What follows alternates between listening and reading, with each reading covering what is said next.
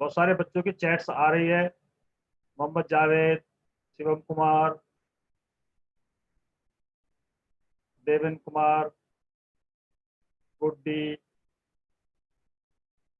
तो बच्चे रेडी हैं। अभी शायद स्क्रीन अभी ओपन नहीं हुई है। बहुत सारे बच्चों की चैट्स आ रही है। मोहम्मद जावेद, शिवम कुमार, आवाज बंद करो। Deven Kumar.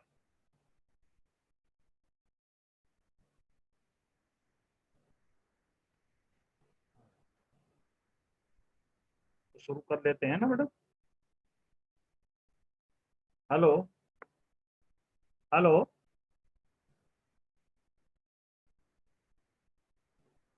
Hello. Poonam madam sir आवाज आप, आ रही? हाँ, हाँ जी सर, आपकी आवाज आ रही है सर। तो शुरू कर लें बस। सर अभी तो बच्चे जुड़े नहीं होंगे सर, 220 हुआ है। थोड़ा सा आप पीछे का तब तक रिवाइज कर दीजिए उनको, हाँ। ये स्लाइड, हेलो ये वाली स्टूडेंट। जो स्लाइड अच्छा है। चलिए थोड़ा सा कुछ बात कर लेते हैं। जो हमने पिछली क्लास में जो हमने, पहले आप बताइए यार, रेडी हैं आप बात करने के लिए?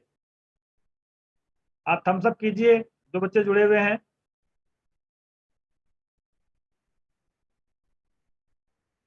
आप रेस्पॉन्स दीजिए। हाँ, योगेश कपूर का आया, यस सर। और भी बोले।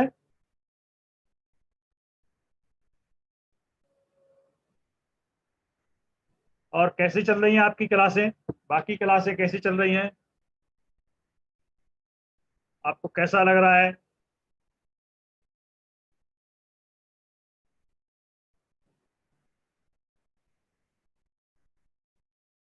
Very good. बच्चे रेडी हैं सब?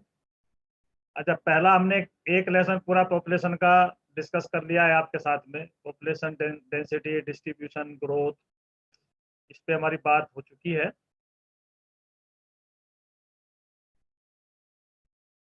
चीजें सारी क्लियर हैं।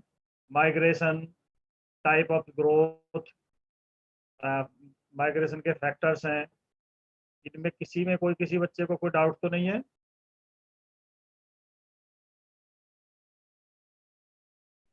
पिछली क्लास में जो हमने बात की थी वो हमने पॉपुलेशन कंपोजिशन के जो 5 कंपोनेंट थे उनमें से एक पर बात की थी, सेक्स रेशो पर। तो सेक्स रेशो को हमने काफ़ी डिटेल में आपको समझाया था कि सेक्स रेशो होता क्या है। किसी भी कंट्री में जो मेल और फीमेल जो पॉपुलेशन, उसका रेशियो को हम सेक्स रेशो कहते हैं। ये क्यों इम्पोर्टेंट है? क्योंकि ये सारे जो कंपोनेंट्स हैं पॉपुलेशन के, चाहे डेंसिटी है, ग्रोथ है, और अदर जो भी कंपोनेंट्स हैं, उनको सबको इफेक्ट करता है, इसलिए इसकी स्टडी जरूरी होती है। हमने इसके मेजरमेंट के बारे में बात की थी आप लोगों से। आपको ध्यान है ना सारी चीजें? इंडिया में कैसे काउंट होता है, वर्ल्ड लेवल पर ये कैसे होता है? वर्ल्ड में ये पर थाउजेंड फीमेल पॉपुलेशन पर मेल की पॉपुलेशन को काउंट किया जाता है, और इंडिया में पर थाउजेंड मेल पर फीमेल की पॉपुलेशन को काउंट करते हैं। तो ये बातें हो चुकी थी इसमें। उसके बाद में इसके इफेक्ट के इफेक्टिंग फैक्टर भी हमने देख लिए थे।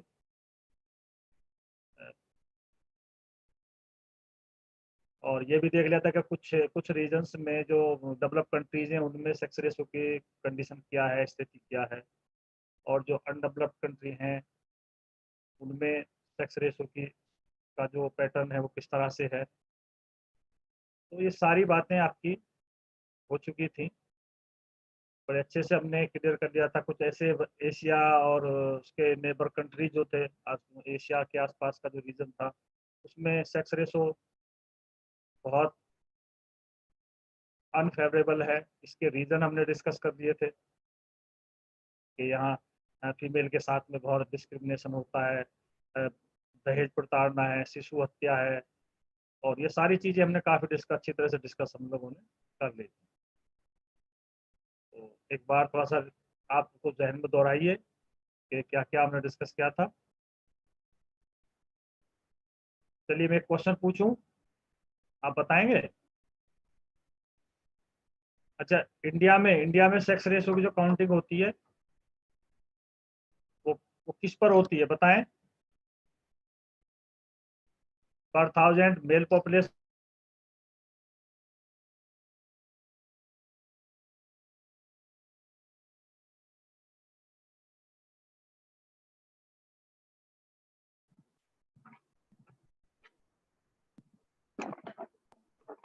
Okay, I think sir has lost the signal. आपसे सर ने एक क्वेश्चन पूछा था, उसको मैं कंटिन्यू करती हूँ कि इंडिया में सेक्स रेशो को कैसे कैलकुलेट किया जाता है, पर 1000 मेल्स लेते हैं या पर 100 मेल्स लेते हैं? फटाफट से आंसर लिख के बताइए। दो ऑप्शंस मैंने आपको बताया है, पर 1000 मेल या पर 100 मेल। चैट बॉक्स में फटाफट से अपने आंसर्स लिखिए। सारे बच्चों के आंसर्स के हम वेट कर रहे हैं।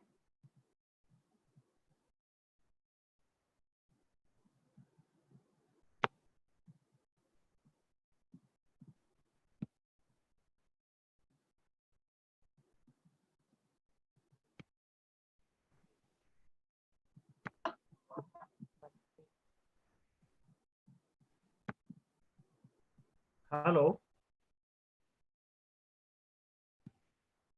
आप पूनम मैडम, मुझे आवाज आ रही है? अब आ रही है सर, बीच में चली गई थी, मैंने क्वेश्चन हाँ तो रिपीट सर, कर दिया था। सर हाँ तो आ रहे सर हैं, लाइट, आंसर्स आने शुरू हो गए हैं। हाँ तो सर वेरी गुड लाइट चली बेटा, गई। पर 1000 males, very good very good. आपको बिल्कुल अच्छे से क्लियर हो गया, शाबाश। अच्छा, अगर दूसरा क्वेश्चन पूछते हैं, अगर एक किसी भी देश में फीमेल्स की पॉपुलेशन ज्यादा है मेल से, तो वो फेवरेबल होगा या अनफेवरेबल सेक्स रेशो होगा? अनुकूल होगा या प्रतिकूल होगा? अगर फीमेल्स की पॉपुलेशन ज्यादा है तो वो फेवरेबल सेक्स रेशो होगा या अनफेवरेबल? अनुकूल होगा या प्रतिकूल होगा? फटाफट से आंसर बताइए इसका भी। पहले के तो सबने सही बताए हैं, well done, very good everyone. अब सेकंड क्वेश्चन का भी आंसर बताइए फटाफट से। Favourable, okay. एक खुशी वाधवा का आंसर आया है फेवरेबल। और देखते हैं और कौन बच्चे डाल रहे हैं। शिवम, ओके। तनु, आंसर्स बहुत जल्दी जल्दी आ रहे हैं, वेरी गुड। अनुकूल, फेवरेबल। गौरव, अनफेवरेबल नहीं है बेटा, आपने कुछ गलत लिखा है। विशाल वाजपेयी, अनफेवरेबल तब होगा जब मेल पॉपुलेशन ज्यादा होगी फीमेल से। वेरी गुड राहुल, अनुकूल, वेरी गुड वेरी गुड। सारे बच्चे ज्यादातर फेवरेबल लिख रहे हैं, अनुकूल लिख रहे हैं। जो बच्चे अनफेवरेबल लिख रहे हैं उनके लिए एक एक्सप्लेनेशन कि जहां पर फीमेल की पॉपुलेशन ज्यादा होगी और मेल की कम होगी तो वो फेवरेबल या अनुकूल है, और जहां पे मेल की पॉपुलेशन ज्यादा होगी तो उसको हम बोलेंगे प्रतिकूल या अनफेवरेबल। वेरी गुड बेटा, वेरी गुड, शाबाश शाबाश। Handing over to sir. अब आगे अभी सर आप हाँ, कंटिन्यू करिए। अच्छा चलिए शुरू कर लेते हैं उस समय। हेलो, हाँ मैडम, आवाज आ रही है मेरी? जी सर, आ रही है, आ रही है। हाँ तो चलिए शुरू कर लेते हैं। जी सर, ठीक है।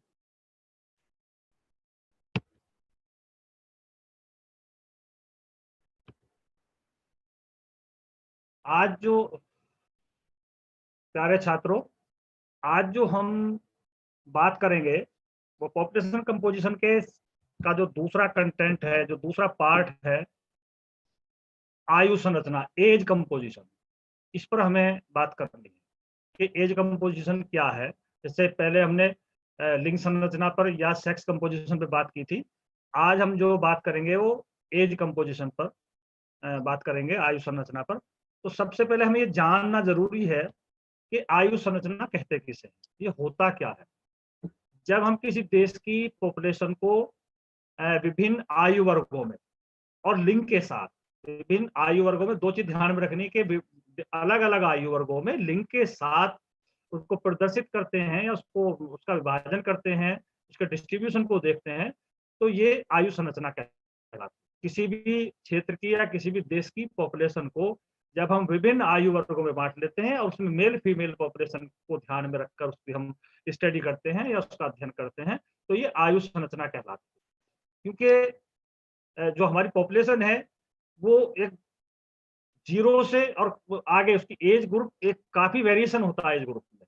और इसमें सबसे ज्यादा जो इम्पोर्टेंट है 15 से या 15 से 59 का जो ग्रुप है, ये बहुत इंपॉर्टेंट होता है। क्योंकि ये जनसंख्या का वो पार्ट है जो वर्किंग पॉपुलेशन कहलाता है, ये काम करता है, प्रोडक्टिव है, और इसका ये बहुत ही गतिशील है। तो ये बहुत इंपॉर्टेंट है, इससे पहले और इसके बाद। तो इस तरह से हम एज के हिसाब से अगर हम बांट लें पॉपुलेशन को, तो ये हमारी आयु संरचना कहलाती है। इसमें 2 बातें आपको ध्यान में रखनी है कि किसी रीजन की जनसंख्या को जब हम आयु के अनुसार विभिन्न वर्गों में विभाजित करते हैं और साथ-साथ में हम उसके लिंग का ध्यान भी रखते हैं, तो हम उसको आयु संरचना कहते हैं। इसमें बच्चे हो सकते हैं, युवा वर्ग हो सकता है और बुजुर्ग हो सकते हैं। तो इस तरह से 3 में चिल्ड्रंस, वर्किंग पॉपुलेशन और ओल्ड एज पीपल, जब इस तरह से हम विभाजित कर लेते हैं जनसंख्या को, तो ये आयु संरचना कहलाती है। देखिए आपका एक डायग्राम है ये आपके सामने है। जैसे इसमें 0 से 14 ईयर के जो हैं इनको चिल्ड्रंस कहा जाता है, बच्चे कहा जाता है, और 15 से 59 इसको वर्किंग पॉपुलेशन कहा जाता है, और 60 प्लस के जो लोग हैं इन्हें ओल्ड एज पॉपुलेशन कहा जाता है। तो ये जो हमने डिवाइडेशन किया है, जो हमने विभाजन किया है, ये हमारा आयु संरचना कहलाता है। और इसमें ध्यान ये रखना है कि दोनों कंट्रीज में थोड़ा सा ये डिफर है कि 0 से 15 ये सब में माना जाता है बच्चों को, अब 15 से 59 विकासशील देशों में, और जहां जीवन प्रत्याशा जाता है ज्यादा है विकसित देशों में, वहां कहीं कहीं इसको 65 तक भी मानते हैं, 15 से 64 तक, और 65 और प्लस के लोगों को ओल्ड एज में माना जाता है। तो विकासशील और विकसित देशों में ये थोड़ा सा डिफरेंस है इसमें, इसी को हम आयु संरचना कहते हैं। तो मैं समझता हूँ समझ में आ गया हो। मैडम कुछ इसमें और एक्सप्लेन करना चाहें तो कर सकती हैं। जी सर। ओके, एज स्ट्रक्चर जो अभी आपको सर ने अच्छे से समझा दिया है, थोड़ा सा इंग्लिश में इसको बता देती हूँ मैं आपको। When we talk about age structure, we are actually talking about the population in different age groups. See, if I talk about children, they have a different quality and their role in a society. If I talk about working population or the people who are going for work, they have a different role to play in a society. Similarly, old age people, they have already contributed economically to the society, so now they are at the resting age. So it is very, very important for us to understand that which age group is in a majority in our population, because we want to understand this for planning purpose. If we are not aware whether we have more of children or we have more of working population or the old age people, we really cannot plan, because all three have different needs and requirements. So for that reason, in population composition, age structure is one of the most important component that we are going to study. As we have seen, the next slide, Kadije. As we have seen that we can divide our population in 3 major categories according to age. We consider children from the age group of 0 to 15 or say 14. Legally also, this group cannot work because we called it as a child labor, which is actually banned by all the countries. We want this age group should be engaged in education, and that is the reason why we have come up with the law like RTE, so that all the children of this age group should get elementary education, so that in future they can contribute to the economy in a better manner. Then we come to the working population, which is from 15 to 59. Now, this population is actually actively working in economy. They are working in factories, they are working in offices, they are working in different other occupations, business, etc. So this age group is actually having the major role and responsibility of earning. And that is why this age group is very, very crucial, and we have to generate more of employment opportunity with this age group. Then we come to the next group, that is the old age group. We would be discussing about each one of them in detail in the slides to come also. So in old age group, what we see that the people who have already contributed to the economy, now we call them in general layman language, we call them as retired people. But then 60 is not the retirement age for all the occupations and for all the countries. It varies from region to region and from different occupations. Now, this is a simple generalization that after 60, most of the people will not continue as an active working population. So to make simple classification, we have kept it as a universal age, that old age people are people who are above 60 and they have already contributed economically, and now they are going to guide the economy or the people of the society. I hope these pointers are clear to everyone. We can move forward and the better explanation will come in the slides to come. Sir, आगे चल सकते हैं. Thank you.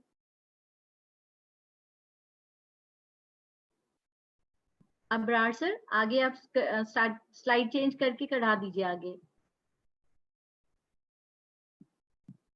Okay, I think there is some problem. Okay, I'm sharing my screen because I think there is okay madam आ गया। आगे sir. Okay sir ठीक है।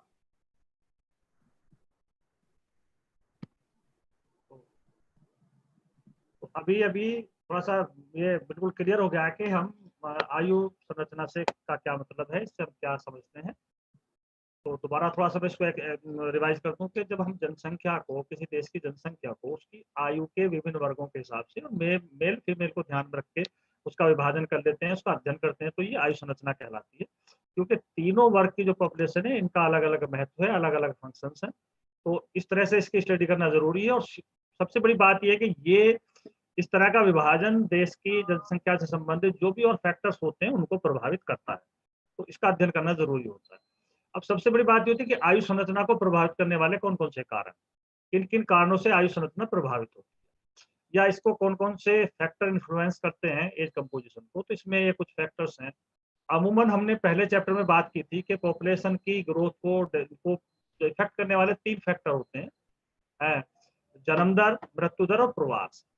तो वही फैक्टर यहाँ पर भी है। पहला फैक्टर जन्म दर है, और दूसरा फैक्टर मृत्यु दर है, तीसरा फैक्टर प्रवास है। तो आयु संरचना को भी ये 3 फैक्टर ही प्रभावित करते हैं। जैसे जन्म दर की बात है, जन्म दर जिन देशों में जन्म दर ज्यादा है या ऊंची जन्म दर है, वहां जो 0 से 14 का या बच्चों का जो ग्रुप है या चिल्ड्रंस का जो ग्रुप है वो लार्ज होता है, बड़ा होता है। और जहां पर में जन्म दर लो है या कम है, उनमें जो आपका जो मिडिल वर्ग है, जिसको हम युवा वर्ग कह सकते हैं, उसका साइज बड़ा होता है, और जो बूढ़ों की तादाद है वो भी ज्यादा होती है। इसी तरह से मृत्यु दर भी प्रभावित करती है आयु संरचना को, कि जिस वर्ग में मृत्यु दर ज्यादा होगी, जिस वर्ग में मृत्यु, जैसे मान लीजिए शिशु मृत्यु दर है, जिन देशों में शिशु मृत्यु दर ज्यादा है वहां पर इसका जो साइज है वो कम होता है। दूसरी बात यह कि मृत्यु दर, मान जैसे कुछ कंट्रीज में, डेवलप कंट्रीज में जो ओल्ड एज है वहां पर मृत्यु दर कम है, तो जो बूढ़ों का साइज है वो ज्यादा है, तो मृत्यु दर भी इसको प्रभावित करती है। इसी तरह से प्रवास है, क्योंकि प्रवास में एक जगह से लोग उठकर जाते हैं, और मोस्टली प्रवास युवा वर्ग का होता है।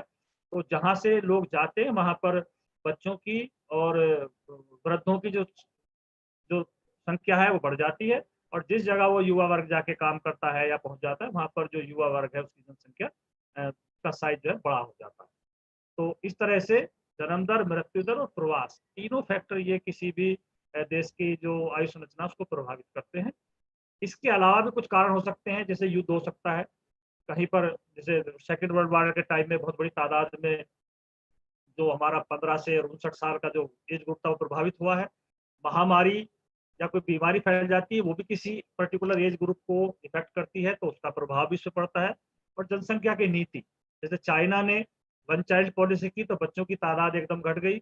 ऐसे ही जापान ने एक पॉलिसी वहां पर लागू की कि उन्होंने जो गर्भपात था इसको वैध ठहरा दिया, तो ये जो बच्चों का जो ग्रुप था ये एकदम इससे इफेक्टेड हुआ। तो ये कुछ फैक्टर्स हैं जो आयु संरचना को प्रभावित करते हैं। तो अब तक 2 बातें हुई हैं कि आयु संरचना कहते किसे हैं, और आयु संरचना को प्रभावित करने वाले कौन कौन से कारण होते हैं। तो सिंपली आप एक सिंपल तरीके से आप ध्यान रखते हैं दोनों बातों को, कि किसी देश की जनसंख्या को विभिन्न आयु वर्गों में लिंग के साथ का जो डिस्ट्रीब्यूशन है उसकी जब हम अध्ययन करते हैं, स्टडी करते हैं या विभाजित करते हैं, तो वो आयु संरचना कहलाती है। इसमें मुख्यतः 3 भागों में बांट लेते हैं, 0 से 14, उसके बाद 15 से 59, और 59 को ध्यान में रखें कि ये दोनों जगह अलग अलग है। अगर कंट्री डेवलप है तो वहां पर ये 64 होता है, 15 से 64, और अनडेवलप कंट्रीज में ये 15 से 59 तक होता है, क्योंकि हमारे देश में भी 15 से 59 तक है। और थर्ड जो होता है वो ओल्ड ग्रुप होता है, जो 60 या 65 प्लस वालों का होता है। तो 3 ग्रुप हम अमूमन कर ले, और ये 3 फैक्टर्स को, 4 फैक्टर्स को प्रभावित करते हैं, जन्म दर, मृत्यु दर, प्रवास और अदर फैक्टर्स। अदर फैक्टर्स में आपको नेचुरल कैलेमिटीज हो सकती हैं, युद्ध है, महामारी है, जनसंख्या नीति है, ये सारे फैक्टर्स उसको इफेक्ट करते हैं। मैडम कुछ और ऐड ऑन करना चाहे तो कर सकते हैं। जी sir. Okay, the factors influencing age composition. Now, as we have seen that age composition means when we are dividing our entire population in different age groups, mainly 3 categories. Now, there are certain factors that are going to affect the structure of these age groups. The first one is fertility. Fertility means you can relate it to birth rate. If the birth rate is high, definitely we'll have more number of young population. The number of children would be high in a given population. So that is going to be a first implication of fertility. So fertility is the first factor which is going to affect age composition. Then second is mortality. Now there is a spelling error, so the word is mortality. Mortality could be related to death rate. So death rate in which age group we usually see, two age groups are very prone to mortality. Like we have children who are below 5 years or 1 year. We call it as IMR, or infant mortality rate. You don't have to go in detail, but because these young kids are more prone to different type of infections, so mortality rate are quite high, especially in underdeveloped countries. Similarly, if I talk about the old age group, they are also prone to certain infections. So for that reason, mortality rate is high even in this age group. Like even nowadays, when we are talking about corona, we say that the young children and the aged people should be looked after, because these two groups are very, very vulnerable to any type of infection. So the mortality rate is also high. So if we have more number of mortality in aged group, so number of other groups will increase. Similarly, migration plays very, very important role. Now migration means when people are moving from one area to another, and 99.9% people would like to move for better opportunities and better environment. Remember, we have talked about pull and push factor. So when people will move out, their age group in most of the cases would be working population. So when working population will move out of a region, then only the children and the aged population would be left. So migration will also change the age composition of a given area. Then there are other reasons like wars, because again in wars we take working population, and we really don't want kids or the old people to join war. Similarly, epidemics or the pandemic that we are going through right now. So these are the things that can affect age composition. Then the population policy of a given country. Population policy. Okay, I think there is one. Okay, one doubt has come in between, and that is very important doubt. I'll take it in a minute.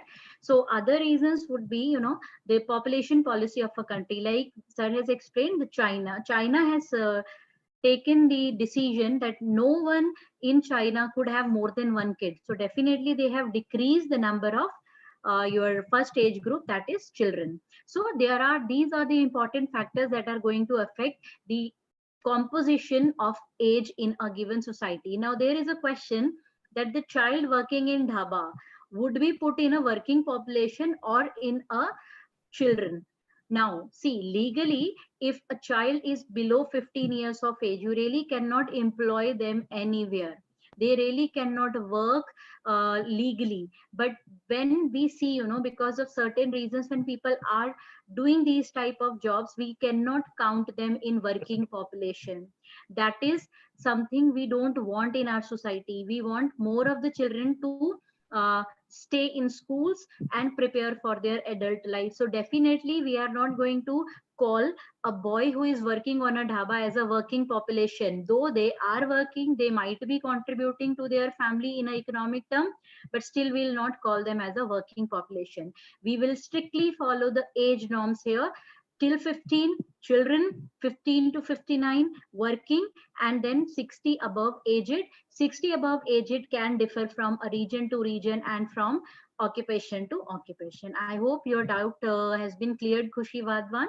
So any other doubt if you people have, you can continue in the chat box. So we can move forward. Thank you. अगली बात ये आती है कि हमने ये तो जान लिया कि आयु संरचना क्या है, इसको कौन कौन से फैक्टर इफेक्ट करते हैं। अब ये कि इसकी हम कैलकुलेशन या इसको हम किस तरह से इसका विश्लेषण कर सकते हैं। तो आयु संरचना के विश्लेषण के 3 तरीके हैं। पहला है आयु वर्ग, एज ग्रुप में डिवाइड कर लेना, जिसकी हम बार बार बात कर रहे हैं।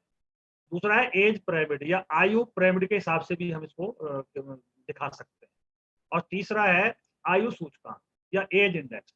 तो 3 विधियां हैं इसको दिखाने की कि हम आयु संरचना को 3 तरीके से प्रेजेंट कर सकते हैं। सिंपल एज ग्रुप के हिसाब से कर सकते हैं, हम एज पिरामिड के हिसाब से करते हैं, और एज इंडेक्स के हिसाब से कर सकते हैं। तो आइए पहले देख लेते हैं कि एज ग्रुप के हिसाब से हम जनसंख्या को किस तरह से या आयु संरचना को किस तरीके से प्रेजेंट करते हैं। तो आयु संरचना के हिसाब से हम पहले से ही बात करते आ रहे हैं, स्लाइड्स आपके सामने है। इसमें हम अमूमन जनसंख्या को, संपूर्ण देश की जनसंख्या को या किसी भी रीजन की जनसंख्या को हम 3 भागों में बांट देते हैं। पहला वर्ग है 0 से 14 वर्ष। 14 वर्ष तक के बच्चे को हम बालक आयु वर्ग में रखते हैं। जैसे ही 14 वर्ष वो पार कर जाता है तो फिर वो उसमें वयस्क वर्ग में या एडल्ट वर्ग में आ जाता है। एक बच्चे ने भी बीच में क्वेश्चन किया था कि 14 वाले बच्चे को या 15 वाले बच्चे को किस ग्रुप में रखेंगे, तो 15 साल का जो बच्चा है वो सेकंड ग्रुप में वयस्क वर्ग में आएगा। दूसरा ग्रुप होता है 15 से 60। तो इसके बारे में मैंने अभी बताया था कि ये विकसित देशों में 65 तक भी होता है और जो विकासशील देश है उनमें 60 तक माना जाता है। हमारे यहाँ भी 60 तक माना जाता है और हमारे यहाँ रिटायरमेंट की एज जो है वो भी 60 वर्ष की है। इसी को ध्यान में रखकर होगा। तीसरा वर्ग होता है 60 से अधिक का, जिसको हम वृद्ध वर्ग कहते हैं। तो इस तरह से हम जब जनसंख्या का डिवाइडेशन कर लेते हैं तो ये आयु वर्ग के हिसाब से जनसंख्या का विश्लेषण करना कहलाता है। और ये इसमें अगर जब हम देखते हैं तो तीनों की कैरेक्टरिस्टिक्स अलग अलग है। बच्चे हैं 0 से 14 है, उनकी कैरेक्टरिस्टिक्स, उनकी रिक्वायरमेंट, उनका समाज में रोल वो बिल्कुल अलग तरह का होता है। 15 से 60 वर्ग के जो लोग हैं इनको वयस्क वर्ग कहते हैं। इनका जो काम है, इनकी जो स्थिति है वो समाज में वो बिल्कुल अलग तरह की है। और 60 से ज्यादा जो है वो बिल्कुल तीसरे तरह की स्थिति में होते हैं। तो इसीलिए इस तरह से रख के जब हम जनसंख्या का अध्ययन करते हैं तो ये आयु वर्ग के हिसाब से जनसंख्या का अध्ययन कहलाता है। इसमें ये आप एक चीज और समझ लें कि इन तीनों वर्गों में जो पहला वर्ग है हमारा 0 से 14 वाला या 0 से 15 वाला और 60 से ऊपर वाला, ये दोनों मिला के, क्योंकि ये वर्किंग नहीं होते, ये डिपेंड होते हैं बीच वाले वर्ग पर। बच्चे अपनी एजुकेशन के लिए, अपने खाने के लिए, अपनी हर सारी आवश्यकताओं को की पूर्ति के लिए अपने पेरेंट्स पर डिपेंड करते हैं। और जो ओल्ड एज के जो लोग हैं वो भी अपने बहुत सारी के लिए वो रिटायर हो चुके होते हैं और उनकी देखभाल की जरूरत होती है, उनकी स्वास्थ्य की देखभाल करनी होती है, तो ये भी दूसरों पर डिपेंड होते हैं। इस तरह से इन दोनों वर्गों की जनसंख्या को डिपेंड या आश्रित जनसंख्या कहा जाता है। और 15 से 59 वर्ग का जो है ये कार्य करता है और प्रजनन में भी इन्हीं का योगदान होता है, गतिशीलता इसमें सबसे ज्यादा होती है। तो ये वर्ग वर्किंग पॉपुलेशन में आता है। तो इस हिसाब से हम इन तीनों वर्गों को 2 भागों में बांट लेते हैं, आश्रित जनसंख्या और कार्यशील जनसंख्या, वर्किंग पॉपुलेशन या डिपेंडेंट पॉपुलेशन। तो पहले आयु वर्ग में जब हम 3 वर्गों में जनसंख्या का विभाजन करते हैं तो वो आयु वर्ग के हिसाब से कहलाते हैं। और इनमें भी इनको 2 जगह करके हम देख लेते हैं कि आश्रित जनसंख्या क्या है और वर्किंग पॉपुलेशन या कार्यशील जनसंख्या हम किसे कहते हैं। तो आयोग की दोनों बातें आपकी समझ करते हैं और आश्रित जनसंख्या और कार्यशील जनसंख्या का क्या मतलब है, इसमें कौन से गुण शामिल है। तो इस तरह से आप इनको समझ सकते हैं। मैडम इसमें कुछ और ऐड ऑन करना चाहें तो कर सकती हैं आप। जी सर काफी बच्चों का डाउट आ रहा है कि उनको वो पॉइंट्स पीछे वाले क्लियर नहीं है। आप एक बार सर पीछे वाली स्लाइड लगा देंगे, मैं दोबारा से उसको ले लेती हूँ, फैक्टर्स अफेक्टिंग वाला सर। ये सर इससे पीछे अच्छा। वाला तो हाँ बेटा इसको एक बारी फिर से मैं फटाफट से बता देती हूँ, काफी बच्चों के इसमें डाउट आ रहे हैं। सुरभि आप ध्यान से सुनिए बच्चा। फर्टिलिटी या जन्म दर, देखिए हम यहाँ पर बात कर रहे हैं कि आयु जो है या एज कॉम्पोजिशन किसी भी जगह की कैसे अफेक्ट होगी। अगर किसी भी जगह पर आप एक एग्जाम्पल लीजिए, एक सोसाइटी है, अगर उस सोसाइटी में 10 बच्चे पैदा हुए तो डेफिनेटली वहां पे रहने वाले जो ऑलरेडी वहां पर अगर 100 बच्चे थे तो और भी 10 बच्चे उसमें ऐड हो गए तो बच्चों की संख्या बढ़ जाएगी। तो इसी तरह से पूरे देश में भी हम देखते हैं अगर फर्टिलिटी रेट ज्यादा है, जन्म दर ज्यादा है, तो जो हमारा 0 से 15 वाला एज ग्रुप है उसमें बढ़ोतरी होगी, इंक्रीज होना शुरू हो जाएगा। इसी तरह से मृत्यु दर या mortality, when we talk about mortality, तो एक पर्टिकुलर एज ग्रुप, हम एक नॉर्मल सिचुएशन में यही मानते हैं कि इंसान एक लंबी आयु जीने के बाद उसको मृत्यु की प्राप्ति होती है। तो मोर्टेलिटी रेट जनरल सर्कमस्टांसेस में ज्यादा किस एज ग्रुप में होगी? अबव 60 वाले में। ऐसा नहीं है कि उससे नीचे के एज ग्रुप में डेथ नहीं हो रही, मगर हम एक एवरेज निकाल करके बोलते हैं कि ज्यादा चांसेस किस एज ग्रुप में मोर्टेलिटी की है? जो बड़े आयु के लोग हैं। तो मोर्टेलिटी भी अगर बहुत ज्यादा है, अभी देखिए जैसे कोरोना वायरस में इटली का हम एग्जाम्पल लेते हैं, वहां पे बहुत ज्यादा एजेड लोग थे, तो वो बहुत जल्दी प्रभावित हुए। अभी हम सब ने देखा कि कितना मुश्किल हो रहा है वहां पे डेथ रेट को कंट्रोल करना। तो ये एज कॉम्पोजिशन को अफेक्ट करेगा। अगर ज्यादा जो बड़ी आयु के लोग हैं, अगर उनकी मृत्यु होती जाएगी, तो बाकी कौन बचेगा पॉपुलेशन में? जो छोटी आयु के लोग हैं, चिल्ड्रन जिनको हम बोल रहे हैं, और जो दूसरा वर्किंग पॉपुलेशन के लोग हैं। इसी तरह माइग्रेशन में ज्यादातर वर्किंग पॉपुलेशन ही एक जगह से दूसरी जगह जाती है। तो बाकी दोनों ग्रुप्स जो है, अगर सारे मेल जो है वो काम करने बाहर चले जाएंगे, तो बचेगा कौन वहां पे? ओल्ड एज के लोग और बच्चे बचेंगे।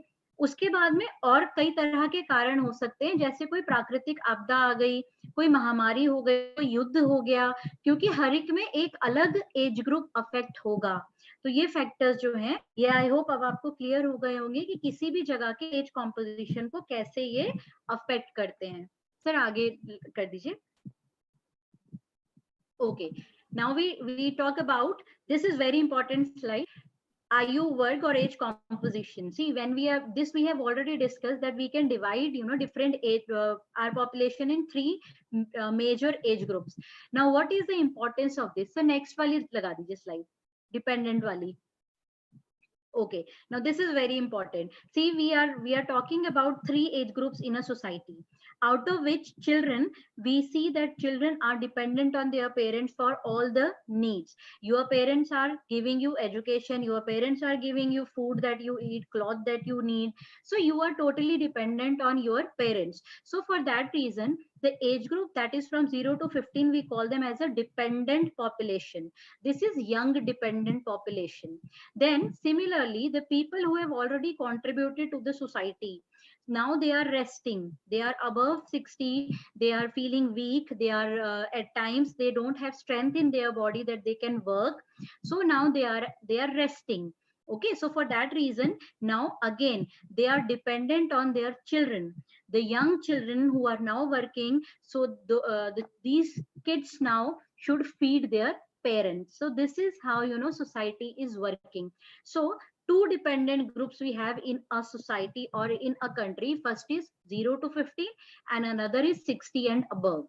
And the central group that we call as a working population, which is from 15 to 59, they have to take care of both the groups. On one side they will look after their children, and on other side they will look after their parents. So this is how all the three age groups are interlinked. So working population, if we have more of working population and less of dependent population, then our economy will grow very quickly. But on the other hand, if we have more of dependent population, be it above 60 or 0 to 15, then the working population will have huge burden, and that will create pressure on working population. So they will have to work very hard, they will have to earn too much to meet the needs. So this is why we need to understand what is dependent population and what is working population. So I'm again repeating, two age groups are called dependent population. One is children, that is 0 to 15 years, and other is old age people, that is 60 years and above. And the next one is called as a working population. This is between 15 to 59. Now one question I have seen in chat box, that the people who are not working in 15 to 59, whether they would be called as a resource. See, there are, your moms are not, mostly in our society moms are not working, they are cooking for the family, they are doing all the household work, but you are not paying her. So she is not working economically, but definitely she is taking care of family. So she is a part of working population. The only problem is that you are not paying her, so you are not counting her work.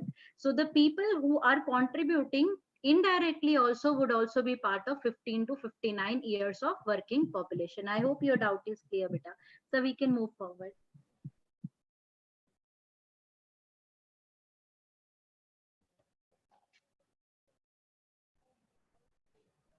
अब आगे हमने इसमें देखना है कि संसार में या वर्ल्ड में जो एज ग्रुप के हिसाब से पॉपुलेशन है, इसका जो पैटर्न है या प्रतिरूप है किस तरह से।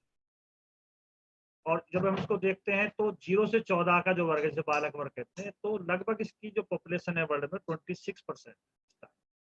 15 से 59 का जो वयस्क वर्ग है, इसकी पॉपुलेशन 66% है, जिसको हम कार्यशील या वर्किंग पॉपुलेशन कहते हैं। और 60 से जो ज्यादा है ये 8%। तो ये ओवरऑल एक फिनोमेना है वर्ल्ड का, जिसको एन एवरेज कहते हैं। इनमें कुछ कंट्रीज में अलग है, कुछ में अलग है, बट ये एक एवरेज के हिसाब से इसमें निकाला गया। तो विश्व में जो इस समय जो प्रतिरूप है आयु वर्ग के हिसाब से, तो 26% पॉपुलेशन फर्स्ट ग्रुप में या बालक वर्ग में है, जिसको हम चिल्ड्रंस कहते हैं।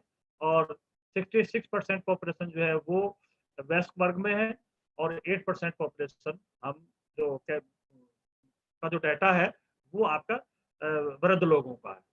तो अगर देखें तो 66% कार्यशील जनसंख्या है, और आपकी 34% जो है ये आश्रित जनसंख्या कहलाती है। इसके हिसाब से अगर हम इसमें कैलकुलेशन कर सकते हैं, तो ये डाटा है वर्ल्ड में। चिल्ड्रन 26%, एडल्ट 66% और ओल्ड जो पॉपुलेशन है वो 8%। इसको अगर हम दोनों अलग अलग कंट्रीज पर देखें, विकासशील देशों में स्थिति क्या है, विकसित देशों में स्थिति क्या है, तो यहाँ बिल्कुल अलग है। अगर हम विकसित देश को देखें तो विकसित देशों में 0 से 14 वर्ग की जो पॉपुलेशन है ये मात्र 19%, इसका जो एवरेज है 19%, मात्र 19%। और 15 से 59 वर्ग की जो पॉपुलेशन है 68%, और 60 से ज्यादा की जो पॉपुलेशन है वो 13%। लेकिन जब हम इसको विकासशील देशों पर जाते हैं तो वहां जो बच्चे थे 0 से 14 वाले वो 31% हो जाते हैं, और 15 से 59 वाले 64%, और 60 वर्ष से अधिक 5%। और जब और पिछड़े हुए देशों पे जाके देखते हैं तो ये जो बच्चों का जो वर्ग है 0 से 14 वाला है 43%, और 15 से 59 वाला जो वर्ग है ये 54%, और 60 वर्ष से जो है अधिक है। तो एक जनरल से चीजें निकल के ये आती हैं कि विकासशील देशों में जनसंख्या का 0 से 14 वाला जो वर्ग है ये छोटा होता है, 15 से 59 वाला जो है ये बड़ा होता है, और 60 से ऊपर वाले बच्चों की जो तादाद है ये भी अपेक्षाकृत बड़ी होती है विकासशील और पिछड़े देशों के मुकाबले। जब हम विकासशील देशों में देखते हैं तो इसमें ये तो बच्चों वाला जो है, जो बालक वर्ग है, ये थोड़ा बड़ा हो जाता है विकसित देशों की तुलना में, और वृद्धों का जो प्रतिशत है ये कम हो जाता है। और पिछड़े देशों में तो बिल्कुल जो वृद्ध जनसंख्या बहुत थोड़ी सी होती है, और ज्यादातर हिस्सा जनसंख्या का जो है वो पहले दो ग्रुप में 43% बच्चे और 54% हमारे जो युवा वर्ग के आते हैं। तो ये हमारा फिनोमेना है। अगर हम इसको देखें, इस वितरण को देखें विश्व में, तो ये इस हिसाब से ये इसका वितरण है। बट उसमें कुछ और एक्सप्लेन करना चाहे तो कर सकते हैं। सर आई थिंक क्लियर है, फिर भी थोड़ा सा एक बार इंग्लिश के बच्चों के लिए बोल देते हैं। Okay, now if we see percentage according in total world, so 0 to 14, the group that we call as children, their percentage in entire world is 26%. Then 15 to 59 we call it as a working population, and the number is quite encouraging, 66%. Then the people who are more than 60, the number of this age group in the world population is 8%. So if I say, dependent population definitely is less than our working population, but then it depends from a region to region, from continent to continent. It's not that every country or every continent has this same proportion. This is the average of the world. So next slide कर दीजिए please. हाँ, एक मनोरमा का question है कि जो 60% से ऊपर के लोग जो काम करते हैं तो उन्हें वर्किंग पॉपुलेशन में क्यों काउंट नहीं करते। देखिए 60% से ऊपर की जो पॉपुलेशन होती है वो ऐसा नहीं कि वो बिल्कुल काम नहीं करते या उनको बस देखने वालने की जरूरत पड़ती है, क्योंकि बहुत सारे लोग हैं जो फैमिलीज के कामों में हाथ बढ़ाते रहते हैं। लेकिन ये एक विभाजन है, रेस्पॉन्सिबिलिटी जो है वो उन पर उतनी नहीं होती, क्योंकि वो परिवारों से उनकी जिम्मेदारी जो युवा वर्ग होता है वो उसको उठा लेता है। तो उनको हम एज के हिसाब से 60+ के जो लोग हैं वो वर्क भी कर रहे हैं, दूसरों की देखभाल में भी मदद कर रहे हैं, परिवार में मदद कर रहे हैं, फिर भी हम उनको ओल्ड एज में ही काउंट करते हैं।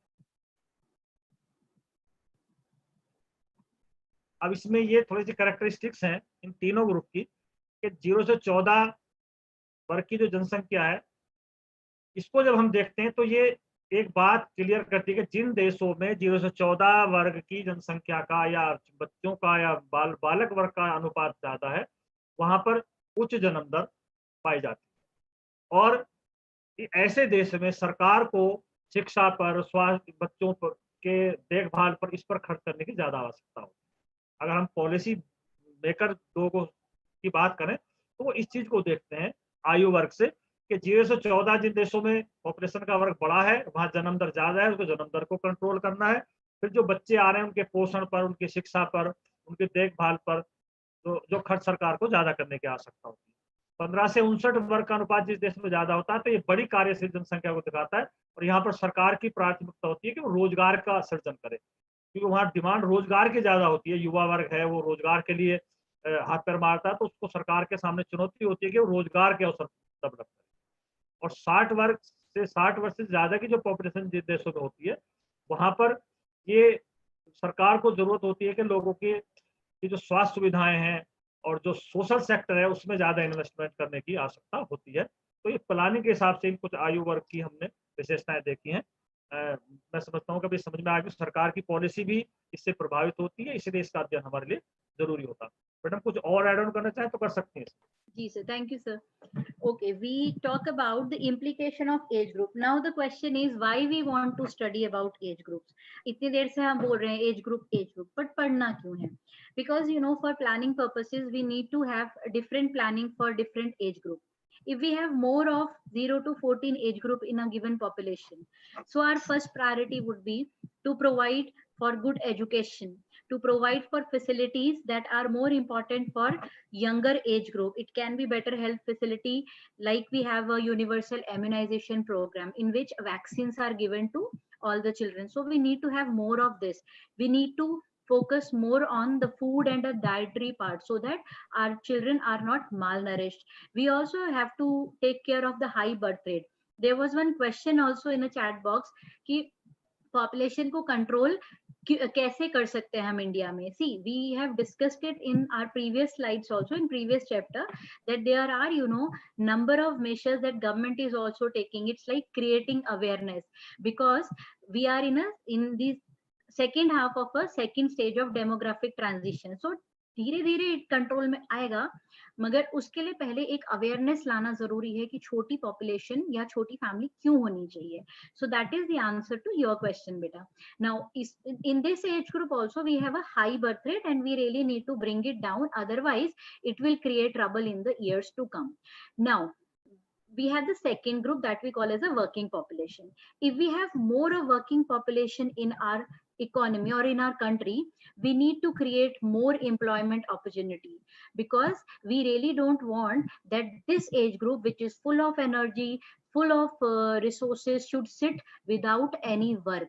So the government need to create more employment opportunities. Like in our country, we are doing, you know, campaigns like Make in India. Why we are calling people?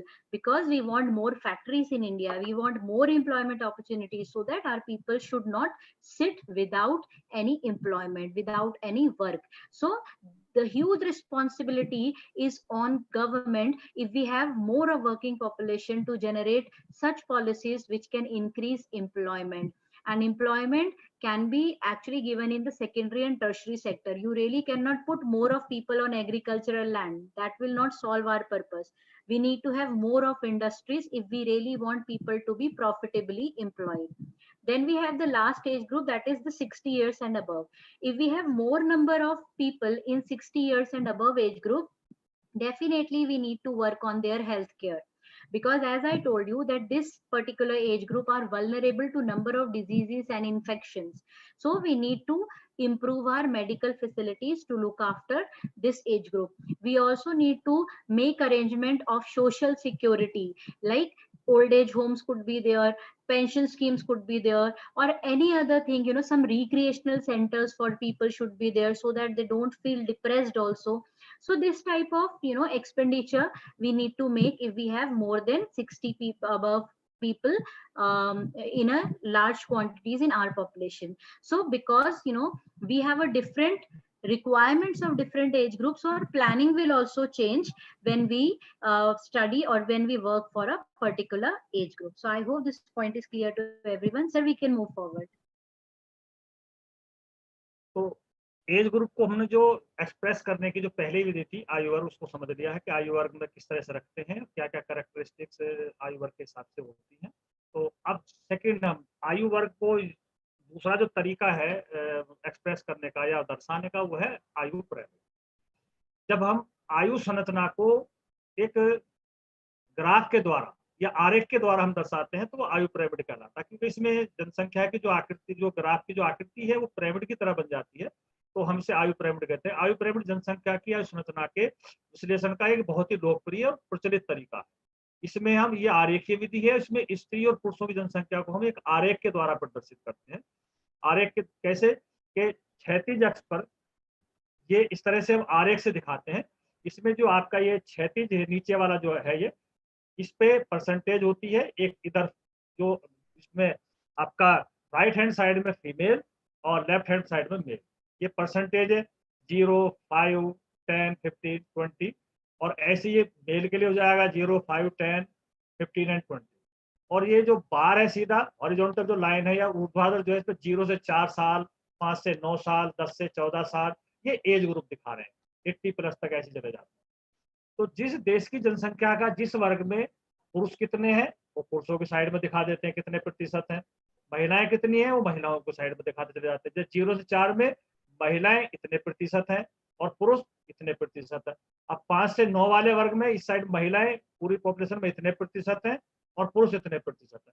और इसी तरह से हम विभिन्न आयु वर्गों में 45 से 59 में, 50 से 54 में, 60 से 64 में, 65 से 59 में पुरुष और महिलाओं को दोनों तरफ दिखाते चले जाते हैं। तो इसको हम आयु पिरामिड द्वारा जनसंख्या का प्रदर्शन कहते हैं। बनाने की विधि इसकी बिल्कुल सरल है। पहले पूरी जनसंख्या में से हम परसेंटेज ले लेते हैं कि किस वर्ग में 0 से 4 में कितनी प्रतिशत महिलाएं हैं, कितने प्रतिशत पुरुष हैं, 5 से 9 में कितनी प्रतिशत महिलाएं हैं, कितने प्रतिशत पुरुष हैं। फिर इस ग्राफ के माध्यम से या इस आरेख के माध्यम से हम उस जनसंख्या को दर्शा सकते हैं। इसमें नीचे परसेंटेज का दिखाया जाता है और ऊर्ध्वाधर लाइन पर या जो खड़ी हुई लाइन है इस पर आयु वर्ग दिखाते हैं। ये आपके सामने इस तरह से जब हम जनसंख्या का प्रदर्शन करते हैं तो ये दंडारेख कहलाता है, ये आयु पिरामिड कहलाता है। वास्तव में ये दंडारेख है, वास्तव में ये दंडारेख है। तो इसमें 2 लिंक के अनुसार हमने इसको कंपाइल करके जनसंख्या को दिखाया, क्योंकि आकृति इसकी पिरामिड के आकार की होती है तो इससे हम आयु पिरामिड कह देते हैं। तो इस तरह से भी हम आयु वर्ग को प्रदर्शित कर सकते हैं। मैडम इसमें कुछ और ऐड ऑन करना चाहें तो कर सकते हैं। जी sir. Okay, we come to the 8th sex pyramid. Now you must have seen, pyramids of Egypt. They are triangular in shape. Similarly, when we are talking about 8th sex pyramid, they are roughly triangular structure that we are making. Now, what is this 8th sex pyramid? The 8th sex pyramid is basically bar graph, 2 bar graphs combined together. On one side we have a female population and on other side we have male population. This is a visual tool. See, when we are making bar graphs or any type of graphic representation, the main idea is to make data easily available to everyone for studies, so that we can comprehend that data very easily. Sir, next wali slide chala dijiye ek bari. Okay, now this is 8th sex pyramid. On this you can see on the base numbers are written 0, 5, 10, 15, 20 on both the side. One is on the blue color and other is on the red color side. Now usually in 8th sex pyramid we show female population on the right hand side and male population on left hand side. So this number that are written on the x-axis or base 0, 5, 10, 15, 20, that is showing us the percentage of population. On left hand side male population and on right hand side female population. And in between you can see different age groups, 0 to 4, 5 to 9, 10 to 14, 15 to 19, likewise, and it is going up to 80 plus. So these are different age groups. So the simple bar graph that we draw, we take 2 things, one on the y-axis and other on the x-axis. Here also we are taking percentage on x-axis and the age group on y-axis. So now we are drawing two type of bar graph, but on a same sheet. Now this will give us a pyramidal shape or a triangular shape. Why this is important? Because it is showing us the population in a given age group according to the sexes or gender. How many males are there in 0 to 4? How many females are there in 0 to 4 age group? Similarly, how many males are there in 40 to 44 years age group? How many females are there in 40 to 44 age group? So it is very, very easy to study and understand and for comparison. Now the shape will tell us number of things. We will discuss, different types of population pyramid, because as we have discussed, different countries are in different demographic transitional stages. So if a country is in first one where birth rate and death rate are very high, population pyramid would be different. If a country is in a third stage, population pyramid would be different. So how these shapes will change and how we can study them, that we will discuss in the slides to come. Thank you, sir. अब देखिए, जो ये हमने जनसंख्या pyramid देखे हैं, इनको देखने से ही पता लग जाता है कि ये इस देश की स्थिति क्या है। जैसे ये एक पिरामिड है आपका और ये विस्तृत होती जनसंख्या का, एक्सपेंडिंग पॉपुलेशन। तो अब सबसे पहले हमने इसको देखा कि इसका आकार त्रिभुजाकार, ये नाइजीरिया का है और इसका आकार त्रिभुजाकार है। तो ये अपने आप में सारी कहानी बयान कर रहा है।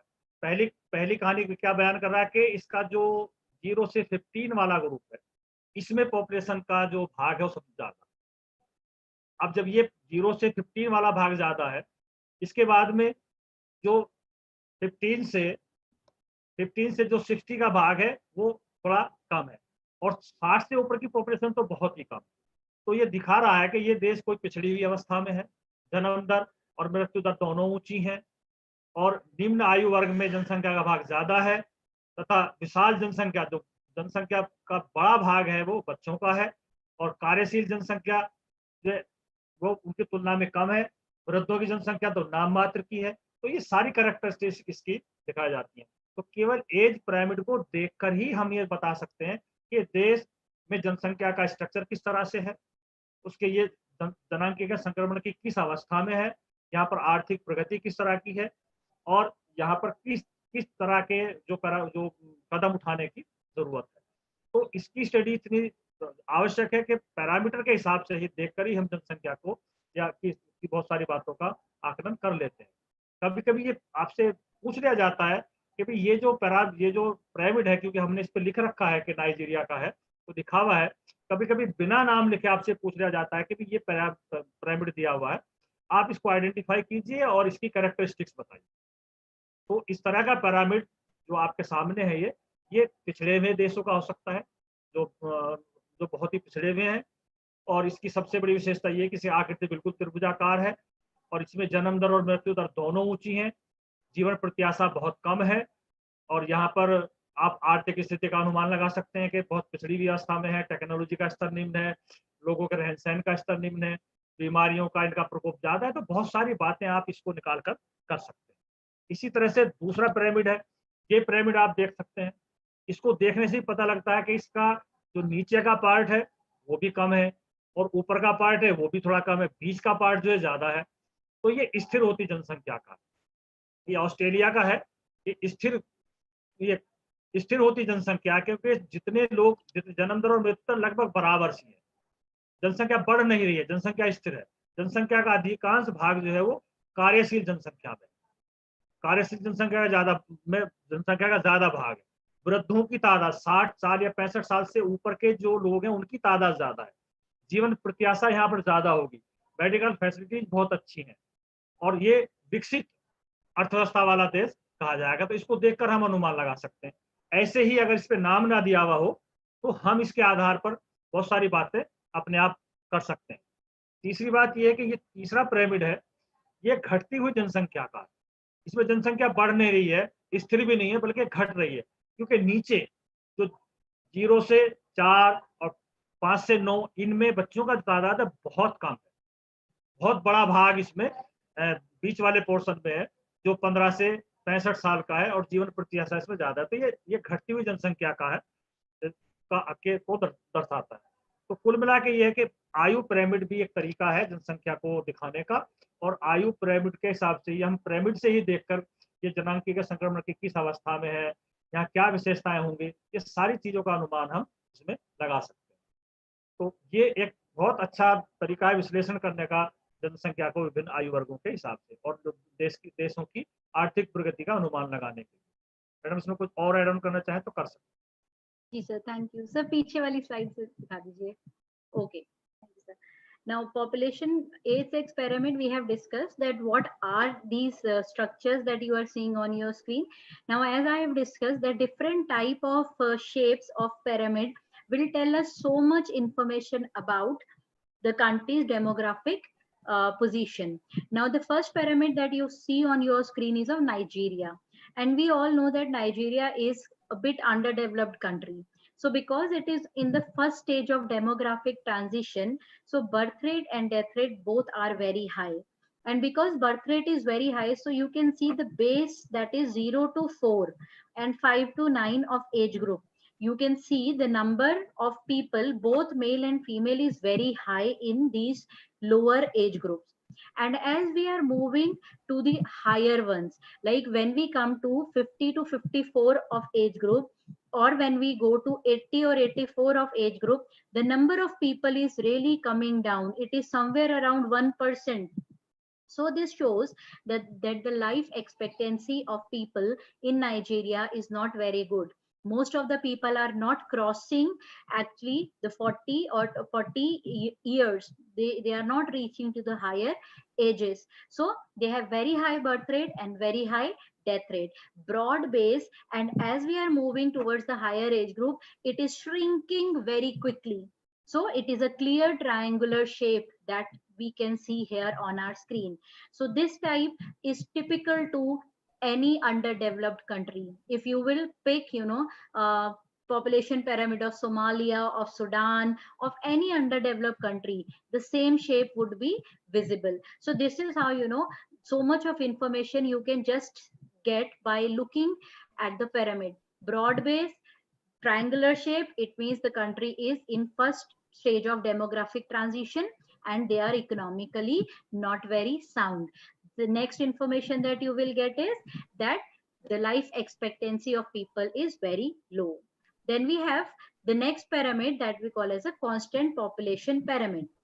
Now, constant population pyramid, as the word suggests, it is stable, neither growing nor declining.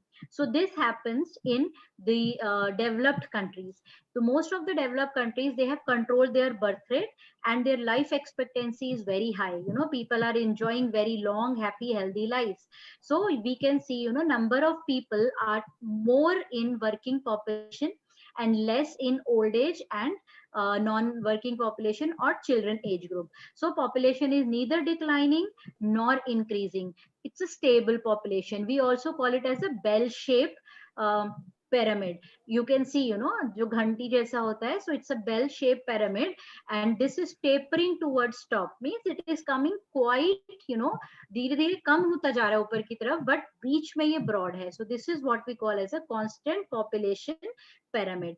The typical example is of Australia. So the example that you are seeing on your screen is of Australia. So next one.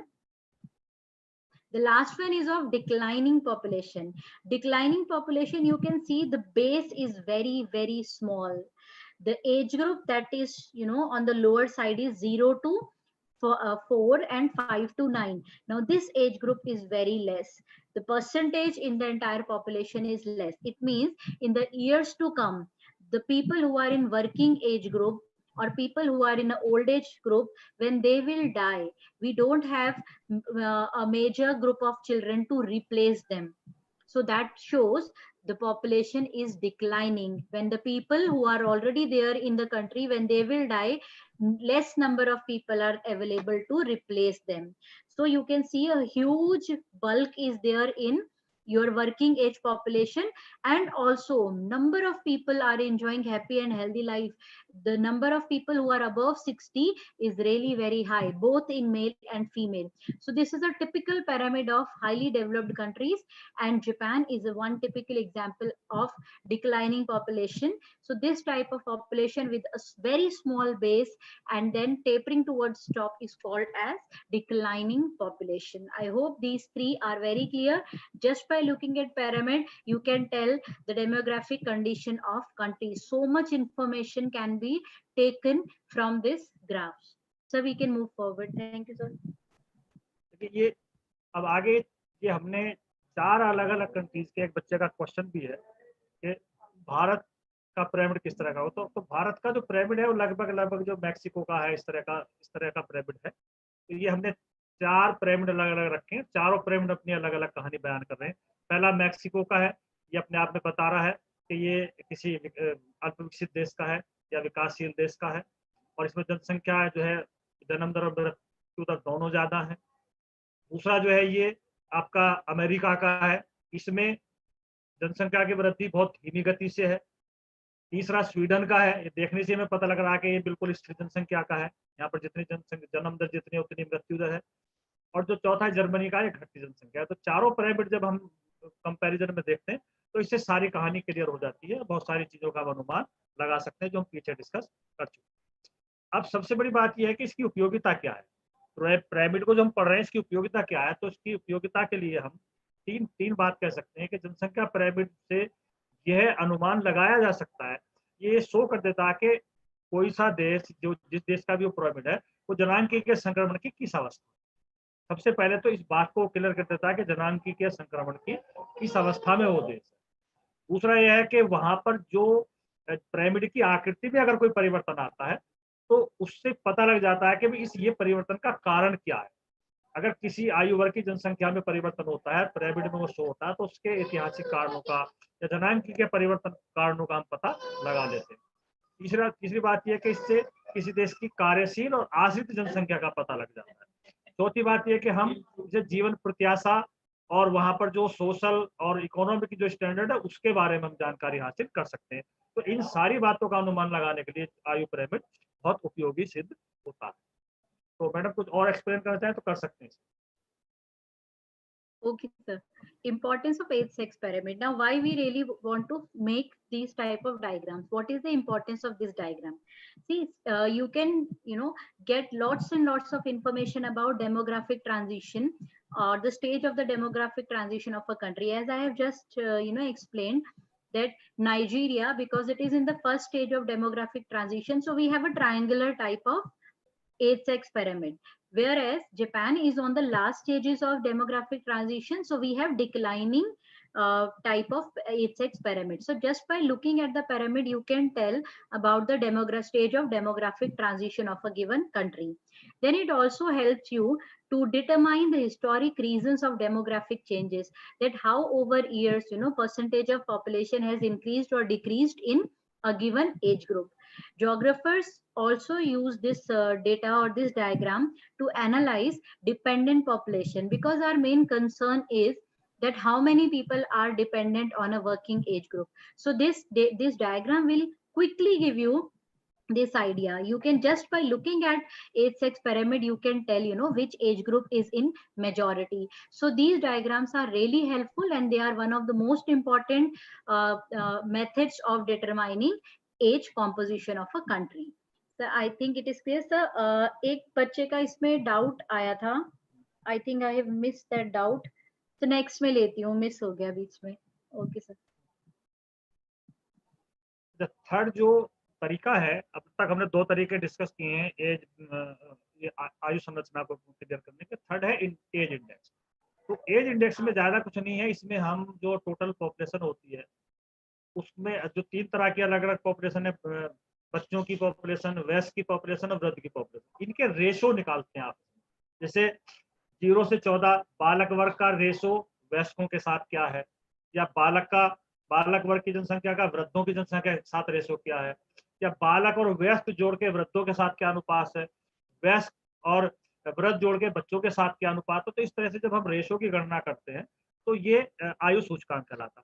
इसमें सबसे ज्यादा important जो है वो हमें देखना होता है कि बालक और वृद्ध 0 से 14 और 60 प्लस के दोनों को जोड़कर जो हमारी वर्किंग पॉपुलेशन है 15 से 59 की, इनके साथ क्या रेशो है, इस रेशो को ही डिपेंडेंसी रेशो कहा जा सकता है, निर्भरता अनुपात कहा जा सकता है। इससे ये पता लगता है किसी देश में कि यहाँ पर जो जो निर्भरता अनुपात है या जो जनसंख्या का की संरचना है वो किस तरह की, या जो मिडिल वर्ग है, जो सबसे ज्यादा क्रिएटिव वर्ग है, उस पर कितना भार है। तो इसको हमें निकालने के लिए, क्योंकि इसका बार बार अगले चैप्टर्स में जिक्र होगा, जब आगे हम पढ़ेंगे तो डिपेंडेंसी रेशो बार बार इसका आएगा, तो इसको कैसे कैलकुलेट करते हैं, ये आयु सूचकांक के द्वारा हम इसको निकाल सकते हैं। इसमें बालकों की जनसंख्या या 0 से 14 वाला वर्ग और 60 प्लस वाले वर्ग को दोनों को जोड़ लेते हैं और कार्यशील जनसंख्या से उनका रेशो निकाल लेते हैं, और इसको जब परसेंटेज में कैलकुलेट कर लेते हैं, ये डिपेंडेंसी रेशो कहा जाता है। तो ये एक टर्म है जो आपके के लिए जरूरी है, देखना या समझना इसको जरूरी है। और इस तीसरी विधि को हम ये आयु सूचकांक या एज इंडेक्स के रूप में प्रस्तुत कर सकते हैं। ठीक है बेटा, कुछ और कहना चाहें तो क्लियर करने। वैसे तो क्लियर है सर, एक बार थोड़ा सा बता देती हूँ।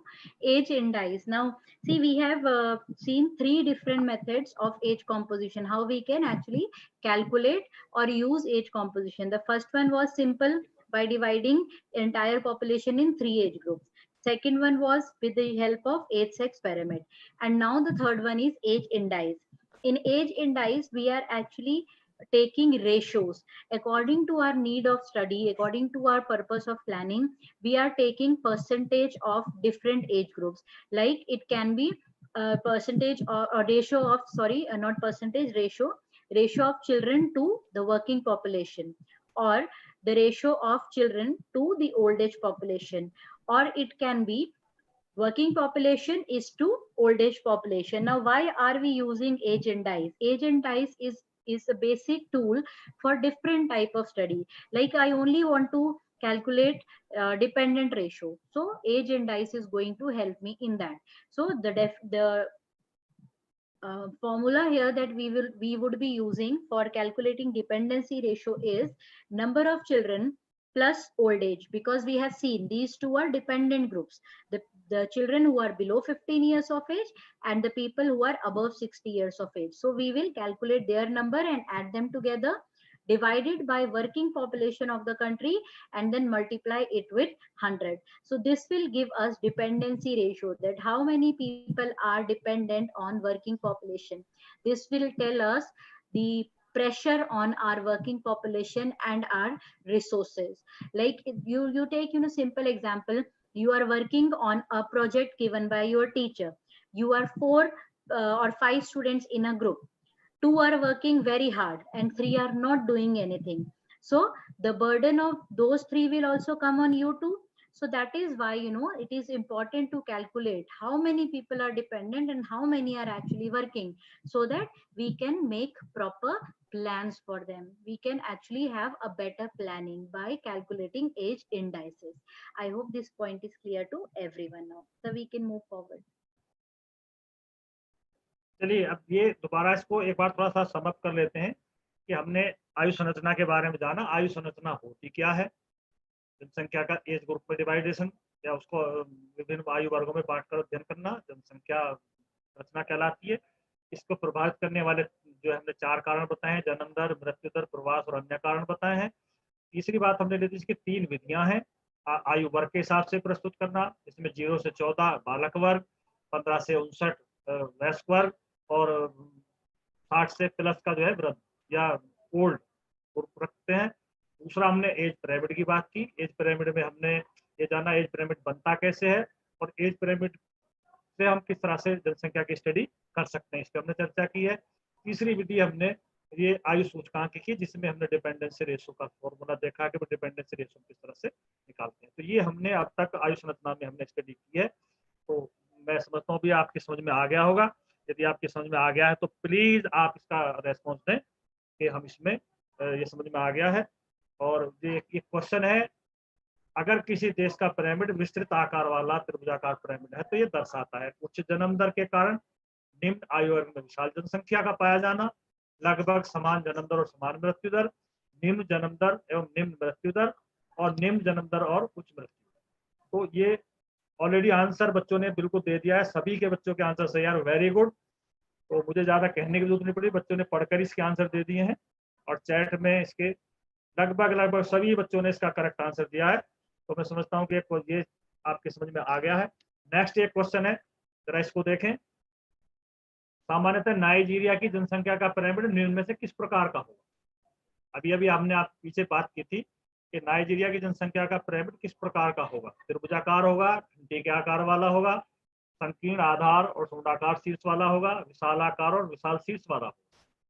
Generally, which of the following is the pyramid of Nigeria's population?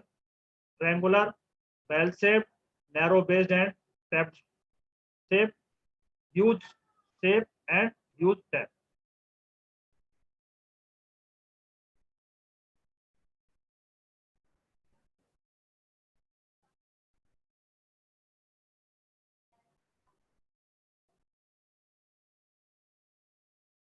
Correct answer बिल्कुल बच्चों का सही आंसर आ रहा है, ट्रायंगुलर।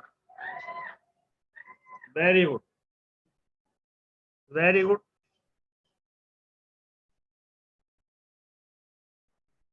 चलिए एक क्वेश्चन मैं जनरल आपसे पूछ रहा हूं कि वर्किंग पॉपुलेशन में, कार्यशील जनसंख्या में किस आयु वर्ग के लोग आते हैं? प्लीज जरा आंसर दें। कार्यशील जनसंख्या में किस आयु वर्ग के लोगों को रखा जाता है?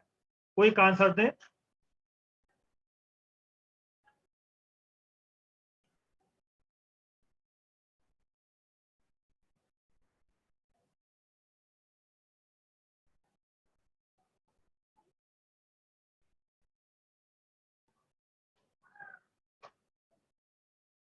Very good, very good. सभी बच्चों के आंसर बिल्कुल सही आ रहे हैं। Thank you, thank you. इससे है क्लियर है कि आपकी चीजें सारी समझ में आ गई। अब हम आगे, एक कंसेप्ट और है जो आजकल विकसित देशों में चल रहा है, वृद्ध होती जनसंख्या, एजिंग पॉपुलेशन। ये कंसेप्ट है कि वृद्ध होती जनसंख्या। आमतौर से ऐसा देखा गया है कि जो हमारे विकसित देश हैं उनमें जन्म दर और मृत्यु दर बहुत कंट्रोल कर ली गई है, निम्न है, और तो सोशल सेक्टर में और हेल्थ सेक्टर में बहुत इन्वेस्टमेंट है उन देशों में। तो इस वहां पर जो जीवन प्रत्याशा है वो बहुत हाई है। इसका मतलब वहाँ वृद्धों की संख्या ज्यादा है। जो पीछे हमने डाटा देखा था तो विकसित देशों में लगभग 13% और इससे ज्यादा, 13% और इससे ज्यादा जो पॉपुलेशन थी वो वृद्धों की थी। ये आजकल का फिनोमेना है। इसको हम कह रहे हैं, इसको बोला जा रहा है, साइंटिस्ट इसको बोल रहे हैं कि वृद्ध होती जनसंख्या। जनसंख्या में वृद्ध जनसंख्या का प्रतिशत जब बढ़ने लगता है तो उसे वृद्ध जनसंख्या का वृद्ध होना कहलाता है।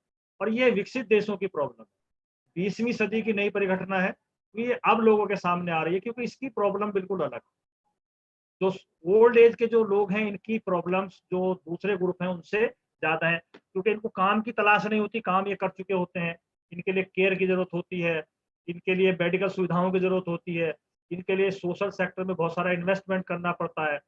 तो ये सारा सेक्टर इस पर डेवलप करना पड़ता है और सरकार को बहुत बड़ा खर्च इन लोगों की देखभाल पर इन पर करना पड़ता है। तो ये एक नया कंसेप्ट अब आपके इसमें पॉपुलेशन में आ रहा है कि वृद्ध होती जनसंख्या क्या है। तो जनसंख्या का वृद्ध होना एक ऐसी प्रक्रिया जिसमें बुजुर्ग जनसंख्या या बूढ़ी जनसंख्या का हिस्सा अनुपात से बड़ा हो जाता है। और ये 20वीं इसी इसी 20वीं सदी की परिघटना ज्यादा है। विकसित देशों से इसका संबंध ज्यादा है और इसमें जनसंख्या का एक अच्छा खासा भाग वृद्धों का होता है, जिस पर सरकार को बहुत अधिक मात्रा में इनके सोशल सेक्टर पर, हेल्थ सेक्टर पर और इनकी देखभाल पे बहुत ज्यादा खर्च करना पड़ता है। तो इसको हम वृद्ध होती जनसंख्या कह सकते हैं।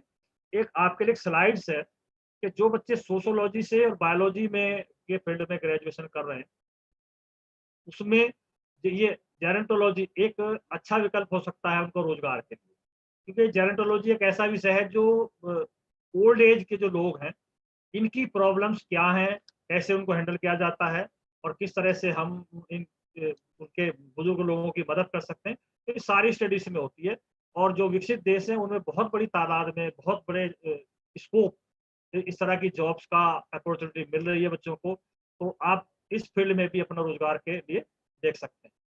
तो मैं समझता हूँ ये सारी चीजें क्लियर हैं और मैडम इसमें कुछ और ऐड ऑन करना चाहें तो कर सकती हैं। Okay, sir.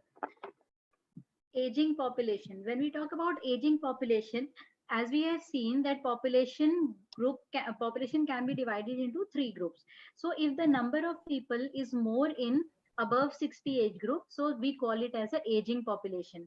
This is a phenomena mostly related to the developed countries because of the two reasons. First, that they are on the last stage of demographic transition, so they have controlled their birth rate and death rate. Because of that, now their population is not expanding. And second reason is that they are not dependent on their children for their old age security.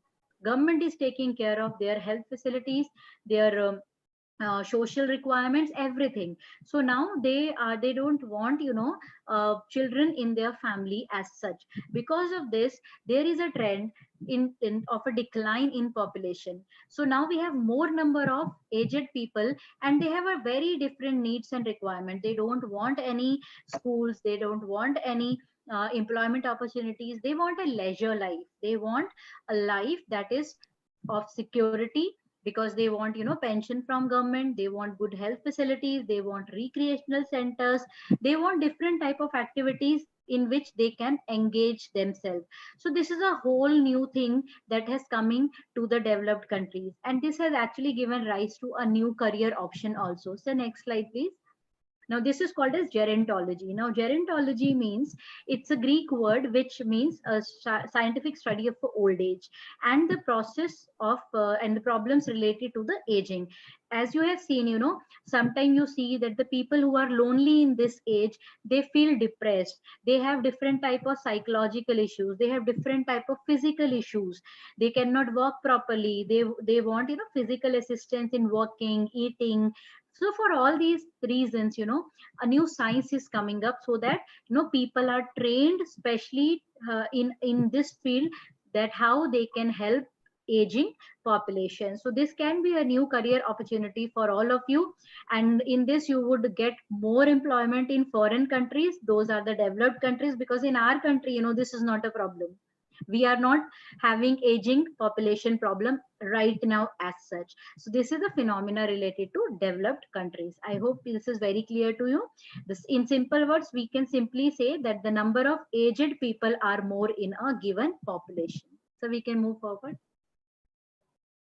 तो अब तक था ये as composition के बारे में हमने बात की थी, और अब हम इसका जो थर्ड कंपोनेंट है चैप्टर का, अर्बन रूरल कंपोजिशन, ग्रामीण नगरीय अनुपात, इस पर चर्चा करेंगे। और अब हमारे साथ जो मेरे साथ देंगी वो मैडम वंदना मैडम है, वो साथ में होंगी। तो मैं वंदना मैडम को आमंत्रित करता हूँ, और उम्मीद है कि अब आगे एक्सप्लेन करने में मेरी मदद करेंगी। तो ग्रामीण नगरीय अनुपात, सबसे पहली बात होती है कि ग्रामीण नगरीय अनुपात कहते किसे, या ये होता क्या है। जब जनसंख्या ग्रामीण और नगरीय में विभाजन कर देते कि कितने लोग किसी देश के या किसी क्षेत्र के नगरों में रहते हैं और कितने प्रतिशत लोग किसी क्षेत्र के या देश के गांव में रहते हैं, तो ये जो विभाजन कहलाता है, ये ग्रामीण नगरीय अनुपात कहलाता है। ये विभाजन निवास के आधार पर होता है कि लोग रहते कहाँ हैं, गाँव में रहते हैं या वो शहरों में रहते हैं। तो सबसे पहली बात ये आती है कि ये हम तय करें कि भी ग्रामीण क्षेत्र कौन से होते हैं और नगरीय क्षेत्र कौन से होते हैं। तो इसमें बहुत सारे आधार हैं इस चीज के करने के कि भी हम विश्व लेवल पर कि भी किसको हम शहर कहेंगे। गांव का तो सबको पता है, लेकिन शहर हम किसको कहेंगे या नगर हम किसको कहेंगे, तो इसके अलग अलग पैरामीटर होते हैं। इसमें जनसंख्या का पैरामीटर होता है। जैसे हम भारत का उदाहरण है, तो भारत में 5000 की पॉपुलेशन से ऊपर का जो भी मानवीय बसाव है, उसे हम नगर की श्रेणी में रखते हैं। दूसरी बात ये थी कि जनसंख्या घनत्व को आधार माना जाता है कि जनसंख्या घनत्व वहां पर 400 व्यक्ति प्रति वर्ग किलोमीटर से ज्यादा होना चाहिए। तीसरी बात यह है, जो मेन इंपॉर्टेंट बात है, कि वहां पर जो लोग काम करते हैं वो द्वितीय और तृतीय व्यवसायों में ज्यादा होते हैं। नगरीय जनसंख्या का या नगरों की परिभाषा का सबसे बड़ा आधार यह है कि वहां पर जो जनसंख्या रहती है उसका अधिकांश भाग दूसरे और तीसरे व्यवसायों में लगा हुआ होता है, जबकि ग्रामीण क्षेत्र उन क्षेत्रों को कहा जाता है जहां पर लोग प्राथमिक क्रियाओं में लगे हुए होते हैं। तो अब इस आधार पर हमने गांव और नगर डिवाइड कर लिए, और जनसंख्या में से हमने ये देख लिया कि कितने प्रतिशत लोग हमारे गांव में रह रहे हैं, कितने प्रतिशत लोग हमारे शहरों में रहते हैं। तो इस हिसाब से जनसंख्या का जो वर्गीकरण करना है या अध्ययन करना है, वो ग्रामीण और नगरीय अनुपात कहलाता है। ये अध्ययन जरूरी क्यों है? जरूरी इसलिए है क्योंकि लाइफ स्टाइल को देखें तो नगरों की जिंदगी बिल्कुल अलग है, ग्रामीण क्षेत्रों की जिंदगी बिल्कुल अलग है।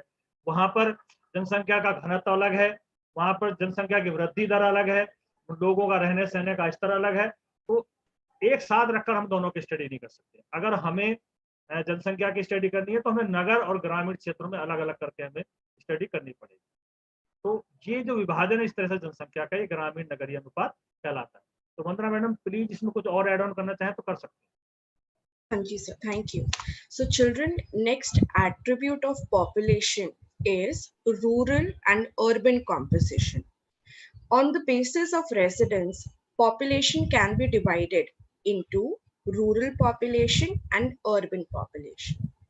Now, children, the question is, why do we need to study this composition, rural and urban composition? This division is studied to understand the different lifestyles and socio-economic development of a nation. And now, how to define rural population and urban population? So, as Sir said, there are different parameters to define rural and urban areas of population. But we will be taking the most important parameter, which is economic activity. So areas where majority of the population is engaged in primary activities are termed as rural areas, and areas where majority of the population is engaged in non-primary activities, that is tertiary sector or manufacturing sector or secondary sector, such areas are urban areas. Now, rural-urban sex composition is another important indicator which tells us about the economic and social development of a nation. Over to you, sir. एक बच्चे का question है कि sir इसे दोबारा repeat कर दें, तो मैं इसे दोबारा रिपीट कर रहा हूँ कि जनसंख्या का ग्रामीण और नगरीय विभाजन निवास के आधार पर होता है कि गाँव में कितने लोग रहते हैं, शहरों में कितने लोग हैं। जब इस आधार पर हम जनसंख्या का विभाजन करके अध्ययन करते हैं तो ये ग्रामीण नगरीय अनुपात है। दूसरी बात ये कि नगरीकरण में इसको हम देखते इसे प्रतिशत के रूप में देखते हैं कि कुल जनसंख्या में से कितने प्रतिशत लोग गाँव में रहते हैं, कितने प्रतिशत लोग हमारे नगरों में रहते हैं। तो नगरीकरण का स्तर या ग्रामीण जनसंख्या का स्तर जो देखा जाता है वो प्रतिशत के रूप में देखा जाता है। देखते क्यों है, जरूरी किस लिए है? वो इसलिए जरूरी है कि भाई ग्रामीण जीवन और नगरीय जीवन में बहुत बड़ा अंतर है। अगर जनसंख्या के कंपोनेंट के हिसाब से देखें तो ग्रामीण और नगरीय जनसंख्या में जनसंख्या के घनत्व में अंतर पाया जाता है, घरों के टाइप में अंतर पाया जाता है, रहने सहने की दशाओं में अंतर पाया जाता है, वहाँ की साक्षरता में अंतर पाया जाता है, वहाँ के व्यवसायों में अंतर पाया जाता है। तो इसलिए हम ग्रामीण और नगरीय अनुपात का अध्ययन करते हैं। और नगरों की जब हम बात करते हैं तो नगरों के अलग अलग देशों में अलग अलग पैरामीटर है, किसको हम नगर कहेंगे, किसको गांव कहेंगे, ये अलग अलग पैरामीटर है।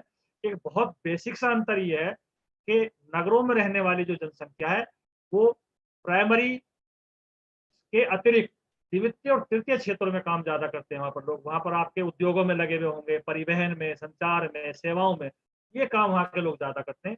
जबकि ग्रामीण क्षेत्रों के जो लोग होते हैं वो प्राथमिक क्रियाओं में, आपका कृषि है, पशुपालन है, खनन है, लकड़ी काटना है, तो गैदरिंग है, तो इन कामों में ज्यादा लगे हुए होते हैं। तो ये इसका विभाजन होता है।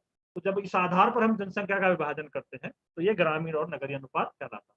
तो मैं समझता हूँ अभी समझ में आ गया होगा और आपका जो डाउट है वो क्लियर हो गया। दूसरी बात ये है कि आगे जब हम देखते हैं तो इसमें बहुत सारे चेंजेस देखने को हमें मिलते हैं।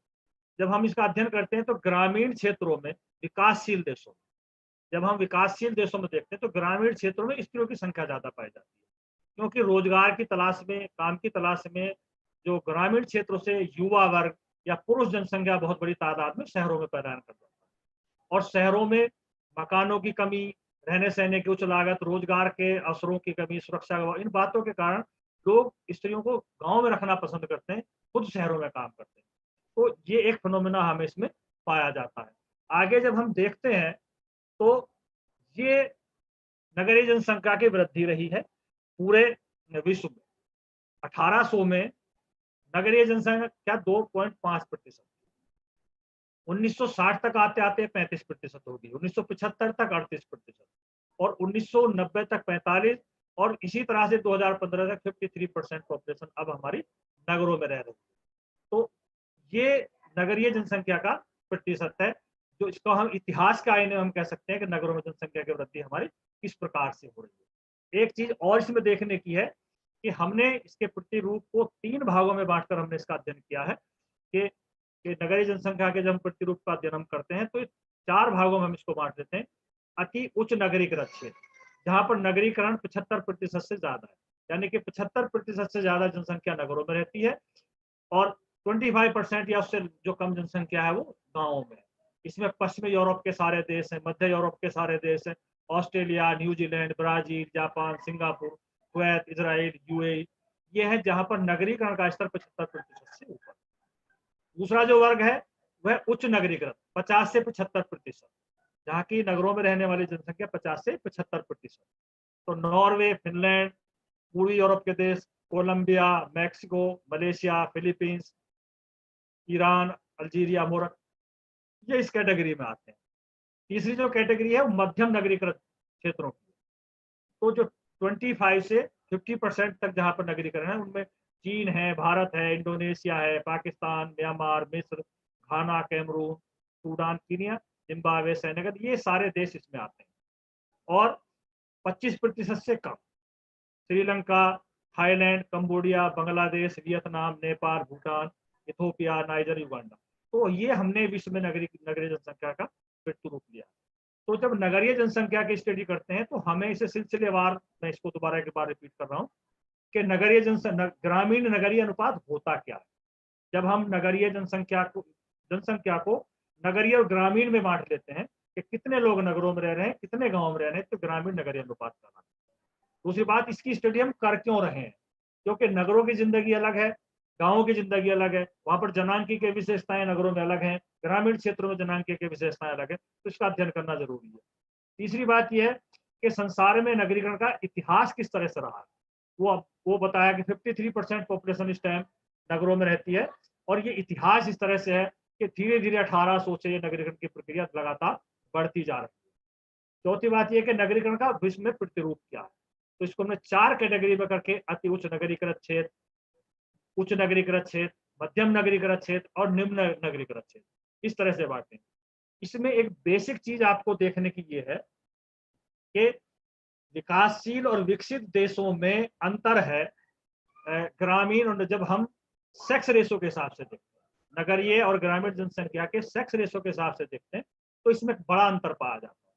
जो हमारे विकसित देश हैं, जैसे फिनलैंड है, न्यूजीलैंड है, ये कनाडा है, ये हमारे विकसित देश है। इनमें नगरों में महिलाओं की संख्या ज्यादा, नगरों में पुरुषों के मुकाबले में महिलाओं का प्रतिशत ज्यादा है। टोटल जनसंख्या में महिलाएं ज्यादा नहीं है, लेकिन जब हम पर 1000 पुरुषों पर महिलाओं की संख्या को देखते हैं तो शहरों में, विकसित देशों में महिलाओं का प्रतिशत ज्यादा है। और इसका कारण यह है कि महिलाएं रोजगार के लिए गांवों से शहरों में प्रवास करती हैं। उनके लिए शहरों में एजुकेशन में, हेल्थ में और सेवाओं में बहुत बड़े रोजगार के अवसर होते हैं, तो महिलाएं ग्रामीण क्षेत्रों से शहरी क्षेत्रों में आ जाती हैं। और इन देशों में जो एग्रीकल्चर है, जो प्राथमिक क्रियाएं हैं, वो भी उद्योगों की तरह है और पुरुष प्रधान है।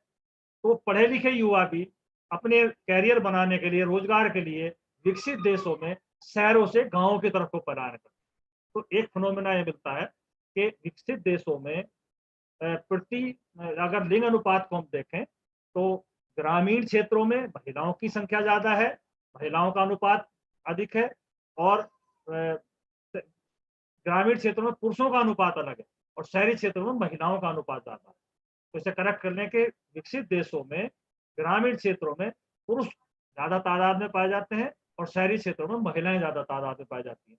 लेकिन जहां विकासशील देशों की बात आती है तो ये उल्टा, विकासशील देशों में शहरी क्षेत्र में पुरुषों की तादाद ज्यादा है, पुरुषों का अनुपात ज्यादा है, ग्रामीण क्षेत्रों में महिलाओं का अनुपात ज्यादा है।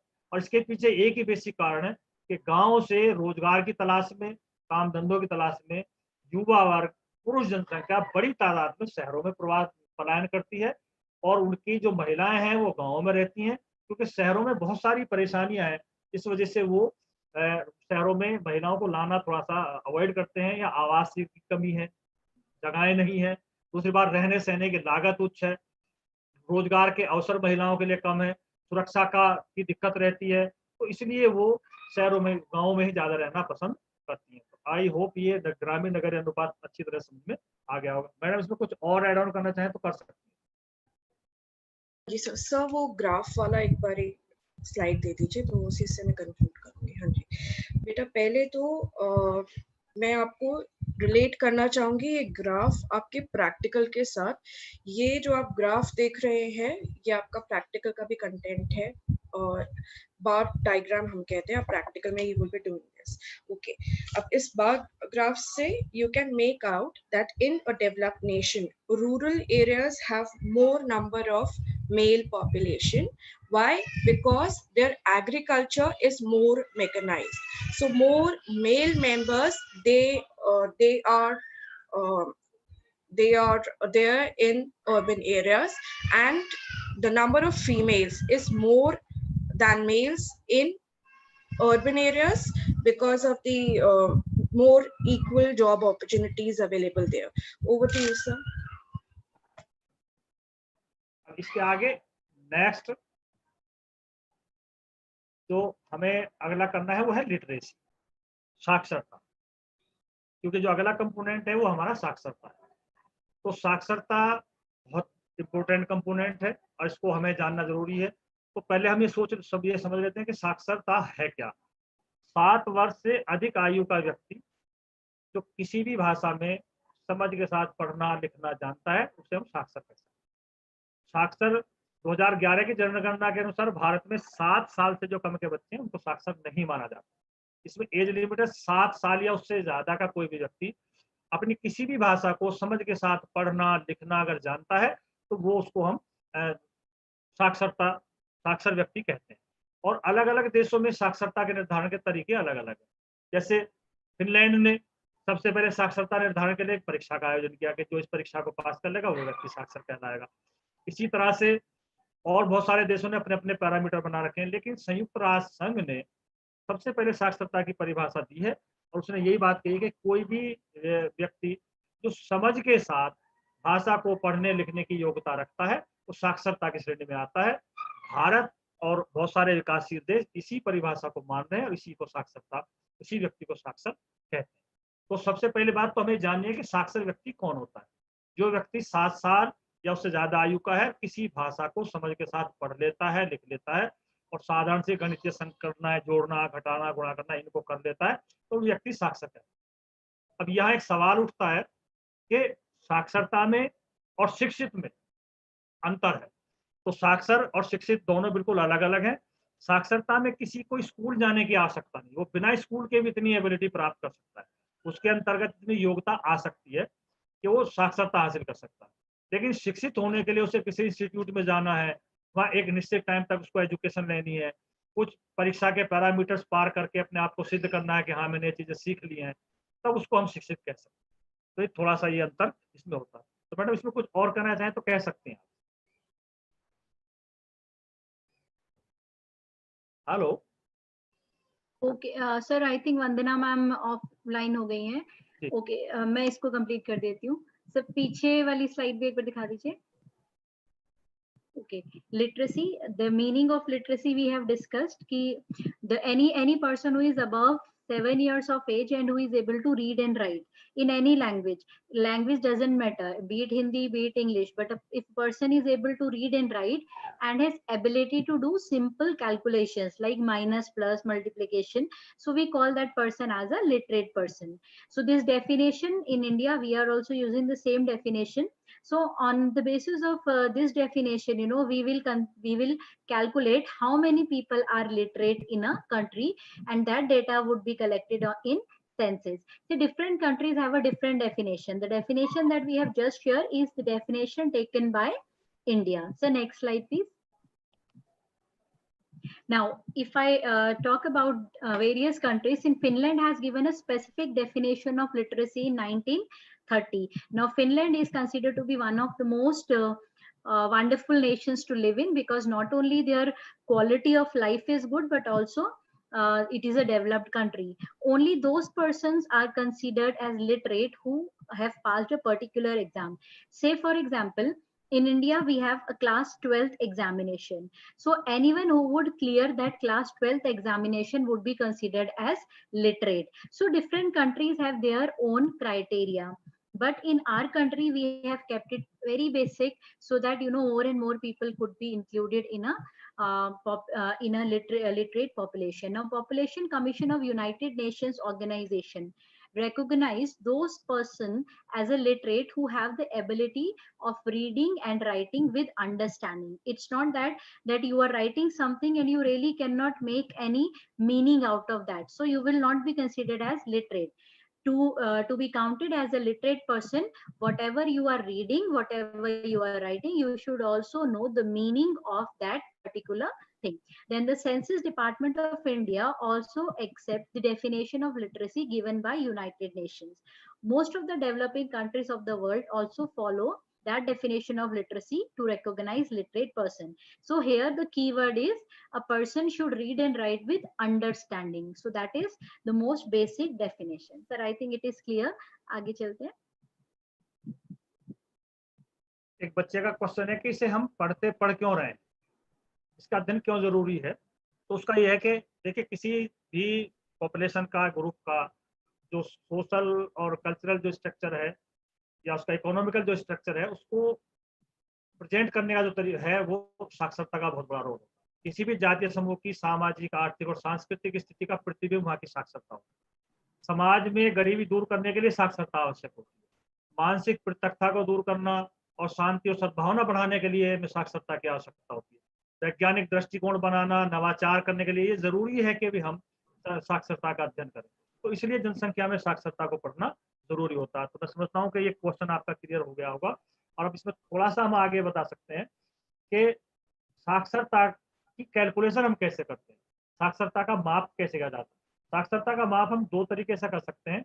अशोधित साक्षरता दर, इसमें कुल साक्षर व्यक्तियों की संख्या को ले लेते हैं और कुल जनसंख्या से डिवाइड कर देते हैं और 100 से मल्टीप्लाई कर सकते हैं। तो इसको परसेंटेज में हम कैलकुलेट कर लेते हैं, इसे क्रूड लिटरेसी रेट कहा जाता है। दूसरा है आयु विशिष्ट साक्षरता दर। तो आयु विशिष्ट साक्षरता दर में हम 60 साल से नीचे की जो पॉपुलेशन है, दोनों ग्रुप में ही उसको हम छोड़ देते हैं। 60 साल से ऊपर के जो लोग साक्षर हैं उनको ले लेते हैं, और जनसंख्या में भी हम 60 साल से ऊपर के लोगों की जनसंख्या, कुल जनसंख्या को ही लेते हैं और 1000 से मल्टीप्लाई कर लेते हैं। तो इस तरह से साक्षरता का मापन हो जाता है। तो मैडम इसमें कुछ और एड ऑन करना चाहें तो कर सकते हैं।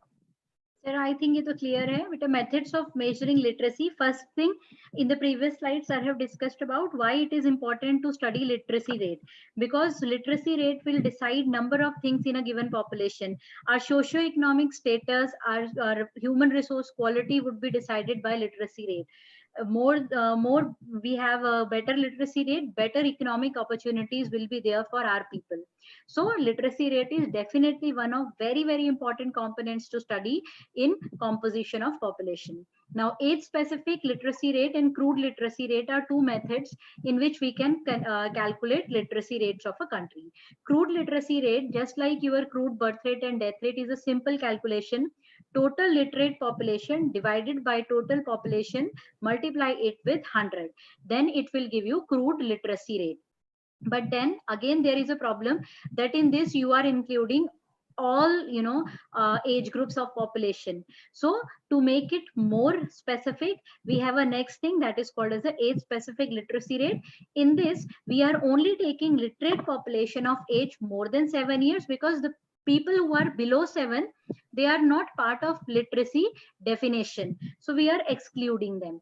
Then divided by total population age more than 7 and multiply it with 100. So it is better than your crude literacy rate. I think it is clear to everyone. Sir, we can move forward. ये विश्व में प्रतिरूप है कि जो अति उच्च साक्षरता वाले देश उनको कहा जाता है 90% से ऊपर साक्षरता है, और ऑब्वियसली इसमें सारे यूरोप के देश हैं, उत्तरी America, Canada, Mexico, Australia, New Zealand वगैरह ये सारे देश आते हैं। उस साक्षरता वाले देश उनको कहा जाता है 60 से 90% तक है। एशिया, भारत, श्रीलंका और पूर्वी एशिया के देश, चीन, कोरिया, ताइवान वगैरह ये सब इसमें है।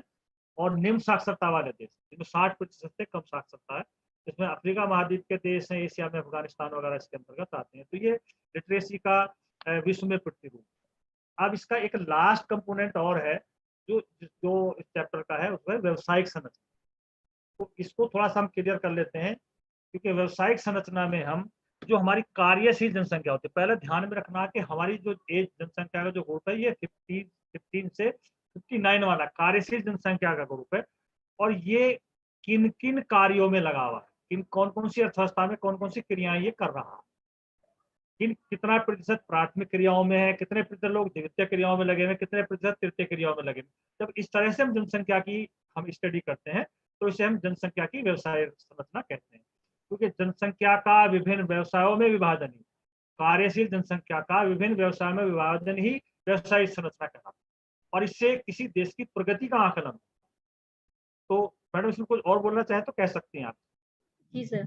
सर एक बच्चे का पीछे डाउट आ रहा था कि 7 इयर्स वाला ही बच्चा क्यों लेंगे बेटा, क्योंकि 7 इयर्स से पहले बच्चा पढ़ना और लिखना इतना नहीं सीखता है। अगर आप क्लासेस की बात करें तो नर्सरी केजी को हम फॉर्मल एजुकेशन का पार्ट नहीं मानते हैं। जो प्रॉपर पढ़ाई बच्चा करना शुरू करता है वो 6 साल की उम्र से करेगा, तो 7वीं तक आते आते 7 इयर्स तक आते आते हम उसको लिटरेट पॉपुलेशन में काउंट कर सकते हैं। इसीलिए हमने यहाँ 7 साल का क्राइटेरिया रखा। Now, occupational structure of population. Working population is working in 3 different sectors of economy: primary, secondary, and tertiary. If people are engaged mainly in primary activities, it means country is underdeveloped or developing, because primary sector is mainly your agriculture.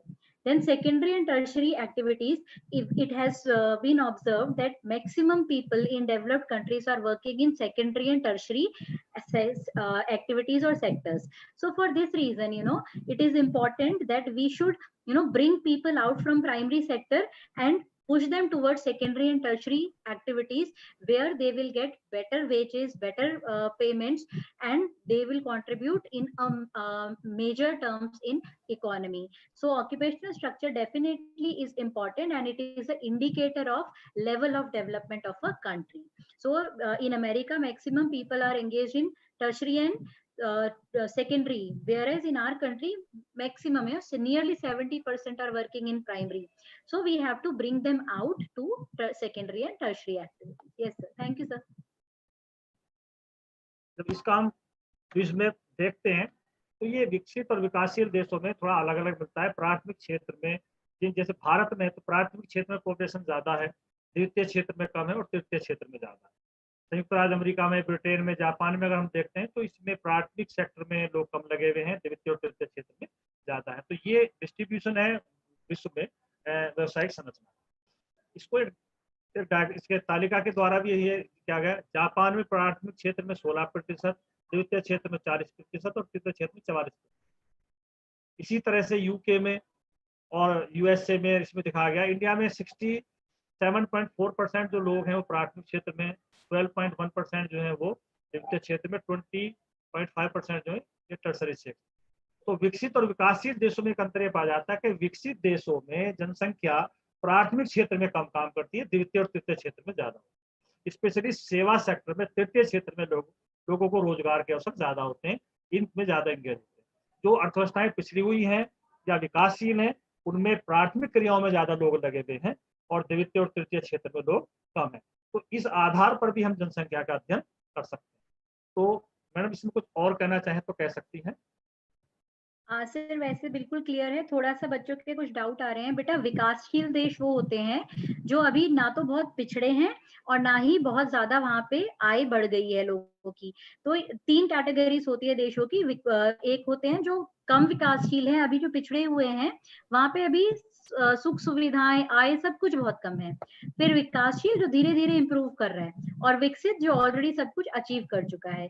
और ये sectors of economy में बहुत सारे बच्चे question कर रहे हैं, primary क्या है, टर्शरी क्या है, सेकेंडरी क्या है। बेटा आपकी इस बुक में पूरा एक एक चैप्टर है प्राइमरी के ऊपर, सेकेंडरी के ऊपर, टर्शरी के ऊपर। तो थोड़ा सा पेशेंस रखिए, सब कुछ एक चैप्टर में लाएंगे तो आप ही कंफ्यूज हो जाओगे, इसीलिए हम स्टेप बाय स्टेप चलेंगे। अभी सिर्फ आपको इतना समझना है, प्राइमरी सेक्टर या प्राथमिक जो है कृषि से, एग्रीकल्चर से रिलेटेड है, सेकेंडरी मैन्युफैक्चरिंग या इंडस्ट्री से रिलेटेड है, और टर्शरी सेवाओं से, जैसे बीमा की सेवा होगी, बैंकिंग की सेवा हो गई, सेवाओं से रिलेटेड है। इनके बारे में डिटेल हम आगे धीरे धीरे पढ़ेंगे। Thank you sir. तो चैप्टर हमारा यहीं पर कंप्लीट है, और क्योंकि टाइम भी अब हो गया है तो पहले से मैं एक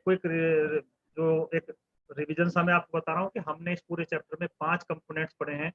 लिंग अनुपात को हमने देखा है, आयु संरचना को हमने पढ़ा है, ग्रामीण नगरीय अनुपात पे हमने चर्चा की है, साक्षरता पे हमने चर्चा की है और व्यवसायिक संरचना पे चर्चा की है। तो 5 चीजें हमने इस चैप्टर में देखी हैं। तो मुझे एक क्विक रेस्पॉन्स चाहिए बच्चों का कि आपको ये चीजें समझ में आ गई, कैसा लगा है आपको ये आज की क्लास का जो रेस्पॉन्स है कैसा है? प्लीज आप जरा एक क्विक रेस्पॉन्स दें हमें। क्वेश्चन के आंसर तो आ रहे हैं अपने आप ही।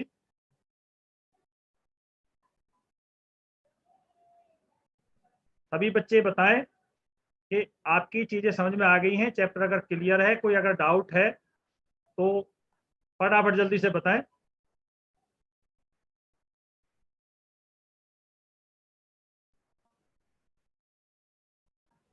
बहुत बढ़िया, गुड, बहुत अच्छा सर जी, very good, awesome notes.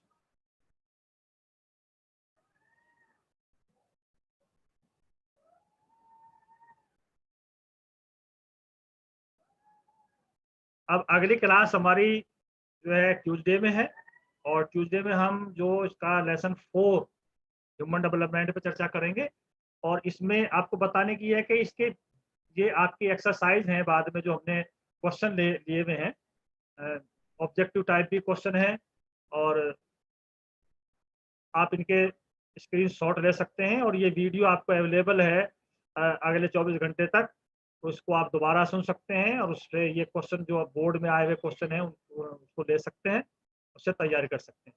Homework यही है कि ये सारे क्वेश्चन आपको बाद में दिए हुए हैं सारे, इसमें ऑब्जेक्टिव टाइप भी हैं, ये 3 मार्कर भी हैं, 5 मार्क्स के भी हैं। तो ये सारे क्वेश्चन जो आपको जो क्वेश्चन दिया हुआ है इनको आपको अपने होमवर्क कॉपी में करके रखना है और जैसे ही आपके स्कूल खोलेंगे अपने टीचर से उसको चेक कराना है, क्योंकि ये इंटरनल असेसमेंट में और आपकी मदद करेंगे।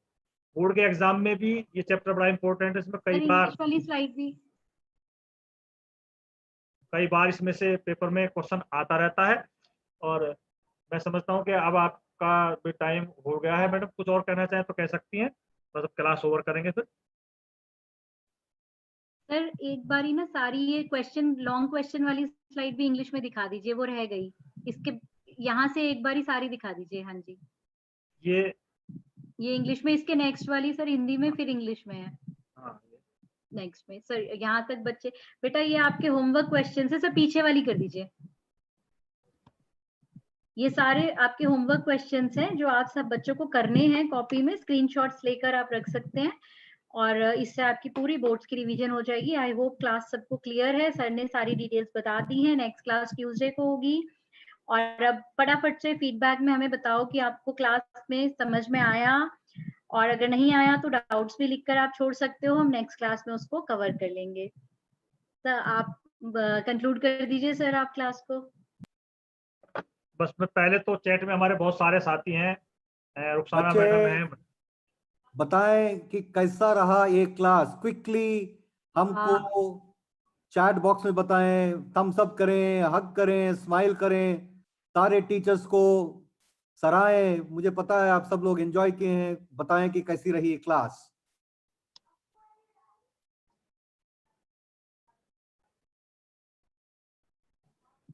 आज आपने वंदना मैम को भी बीच में सुना, वो उनका कनेक्शन शायद खराब हो गया था बीच में, तो आज आपको 3 टीचर्स ने पढ़ाया है। तो आप और बहुत सारे हमारे जो टीचर्स थे आपको चैट बॉक्स में हेल्प कर रहे थे, सबको एक बहुत बड़ा बड़ा थैंक यू हमारी पूरी टीम की तरफ से। और आपके अच्छे रिस्पॉन्सेज आ रहे हैं, वी आर वेरी हैप्पी कि Very आपको good. समझ में आ रहा है और ऐसे ही आप कॉन्टिन्यूसली ऐसे ही हर क्लास को अटेंड करना है सब बच्चों को। Very good.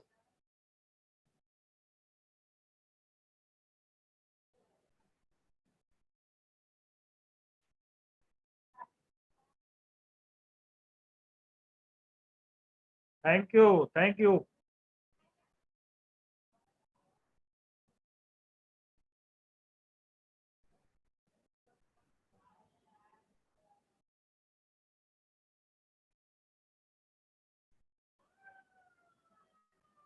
Thank you Shri sir.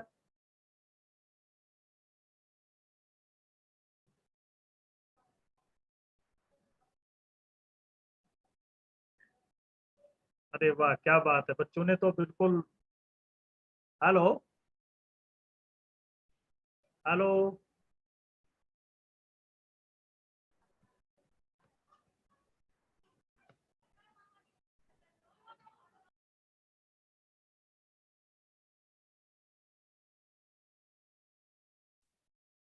Thank you बच्चों, सराहते जाएं, बोल जाते जाते स्माइल दे दें टीचर्स को।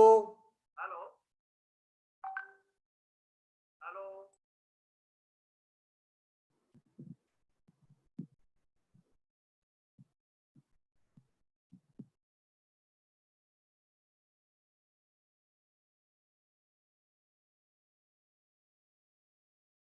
बच्चों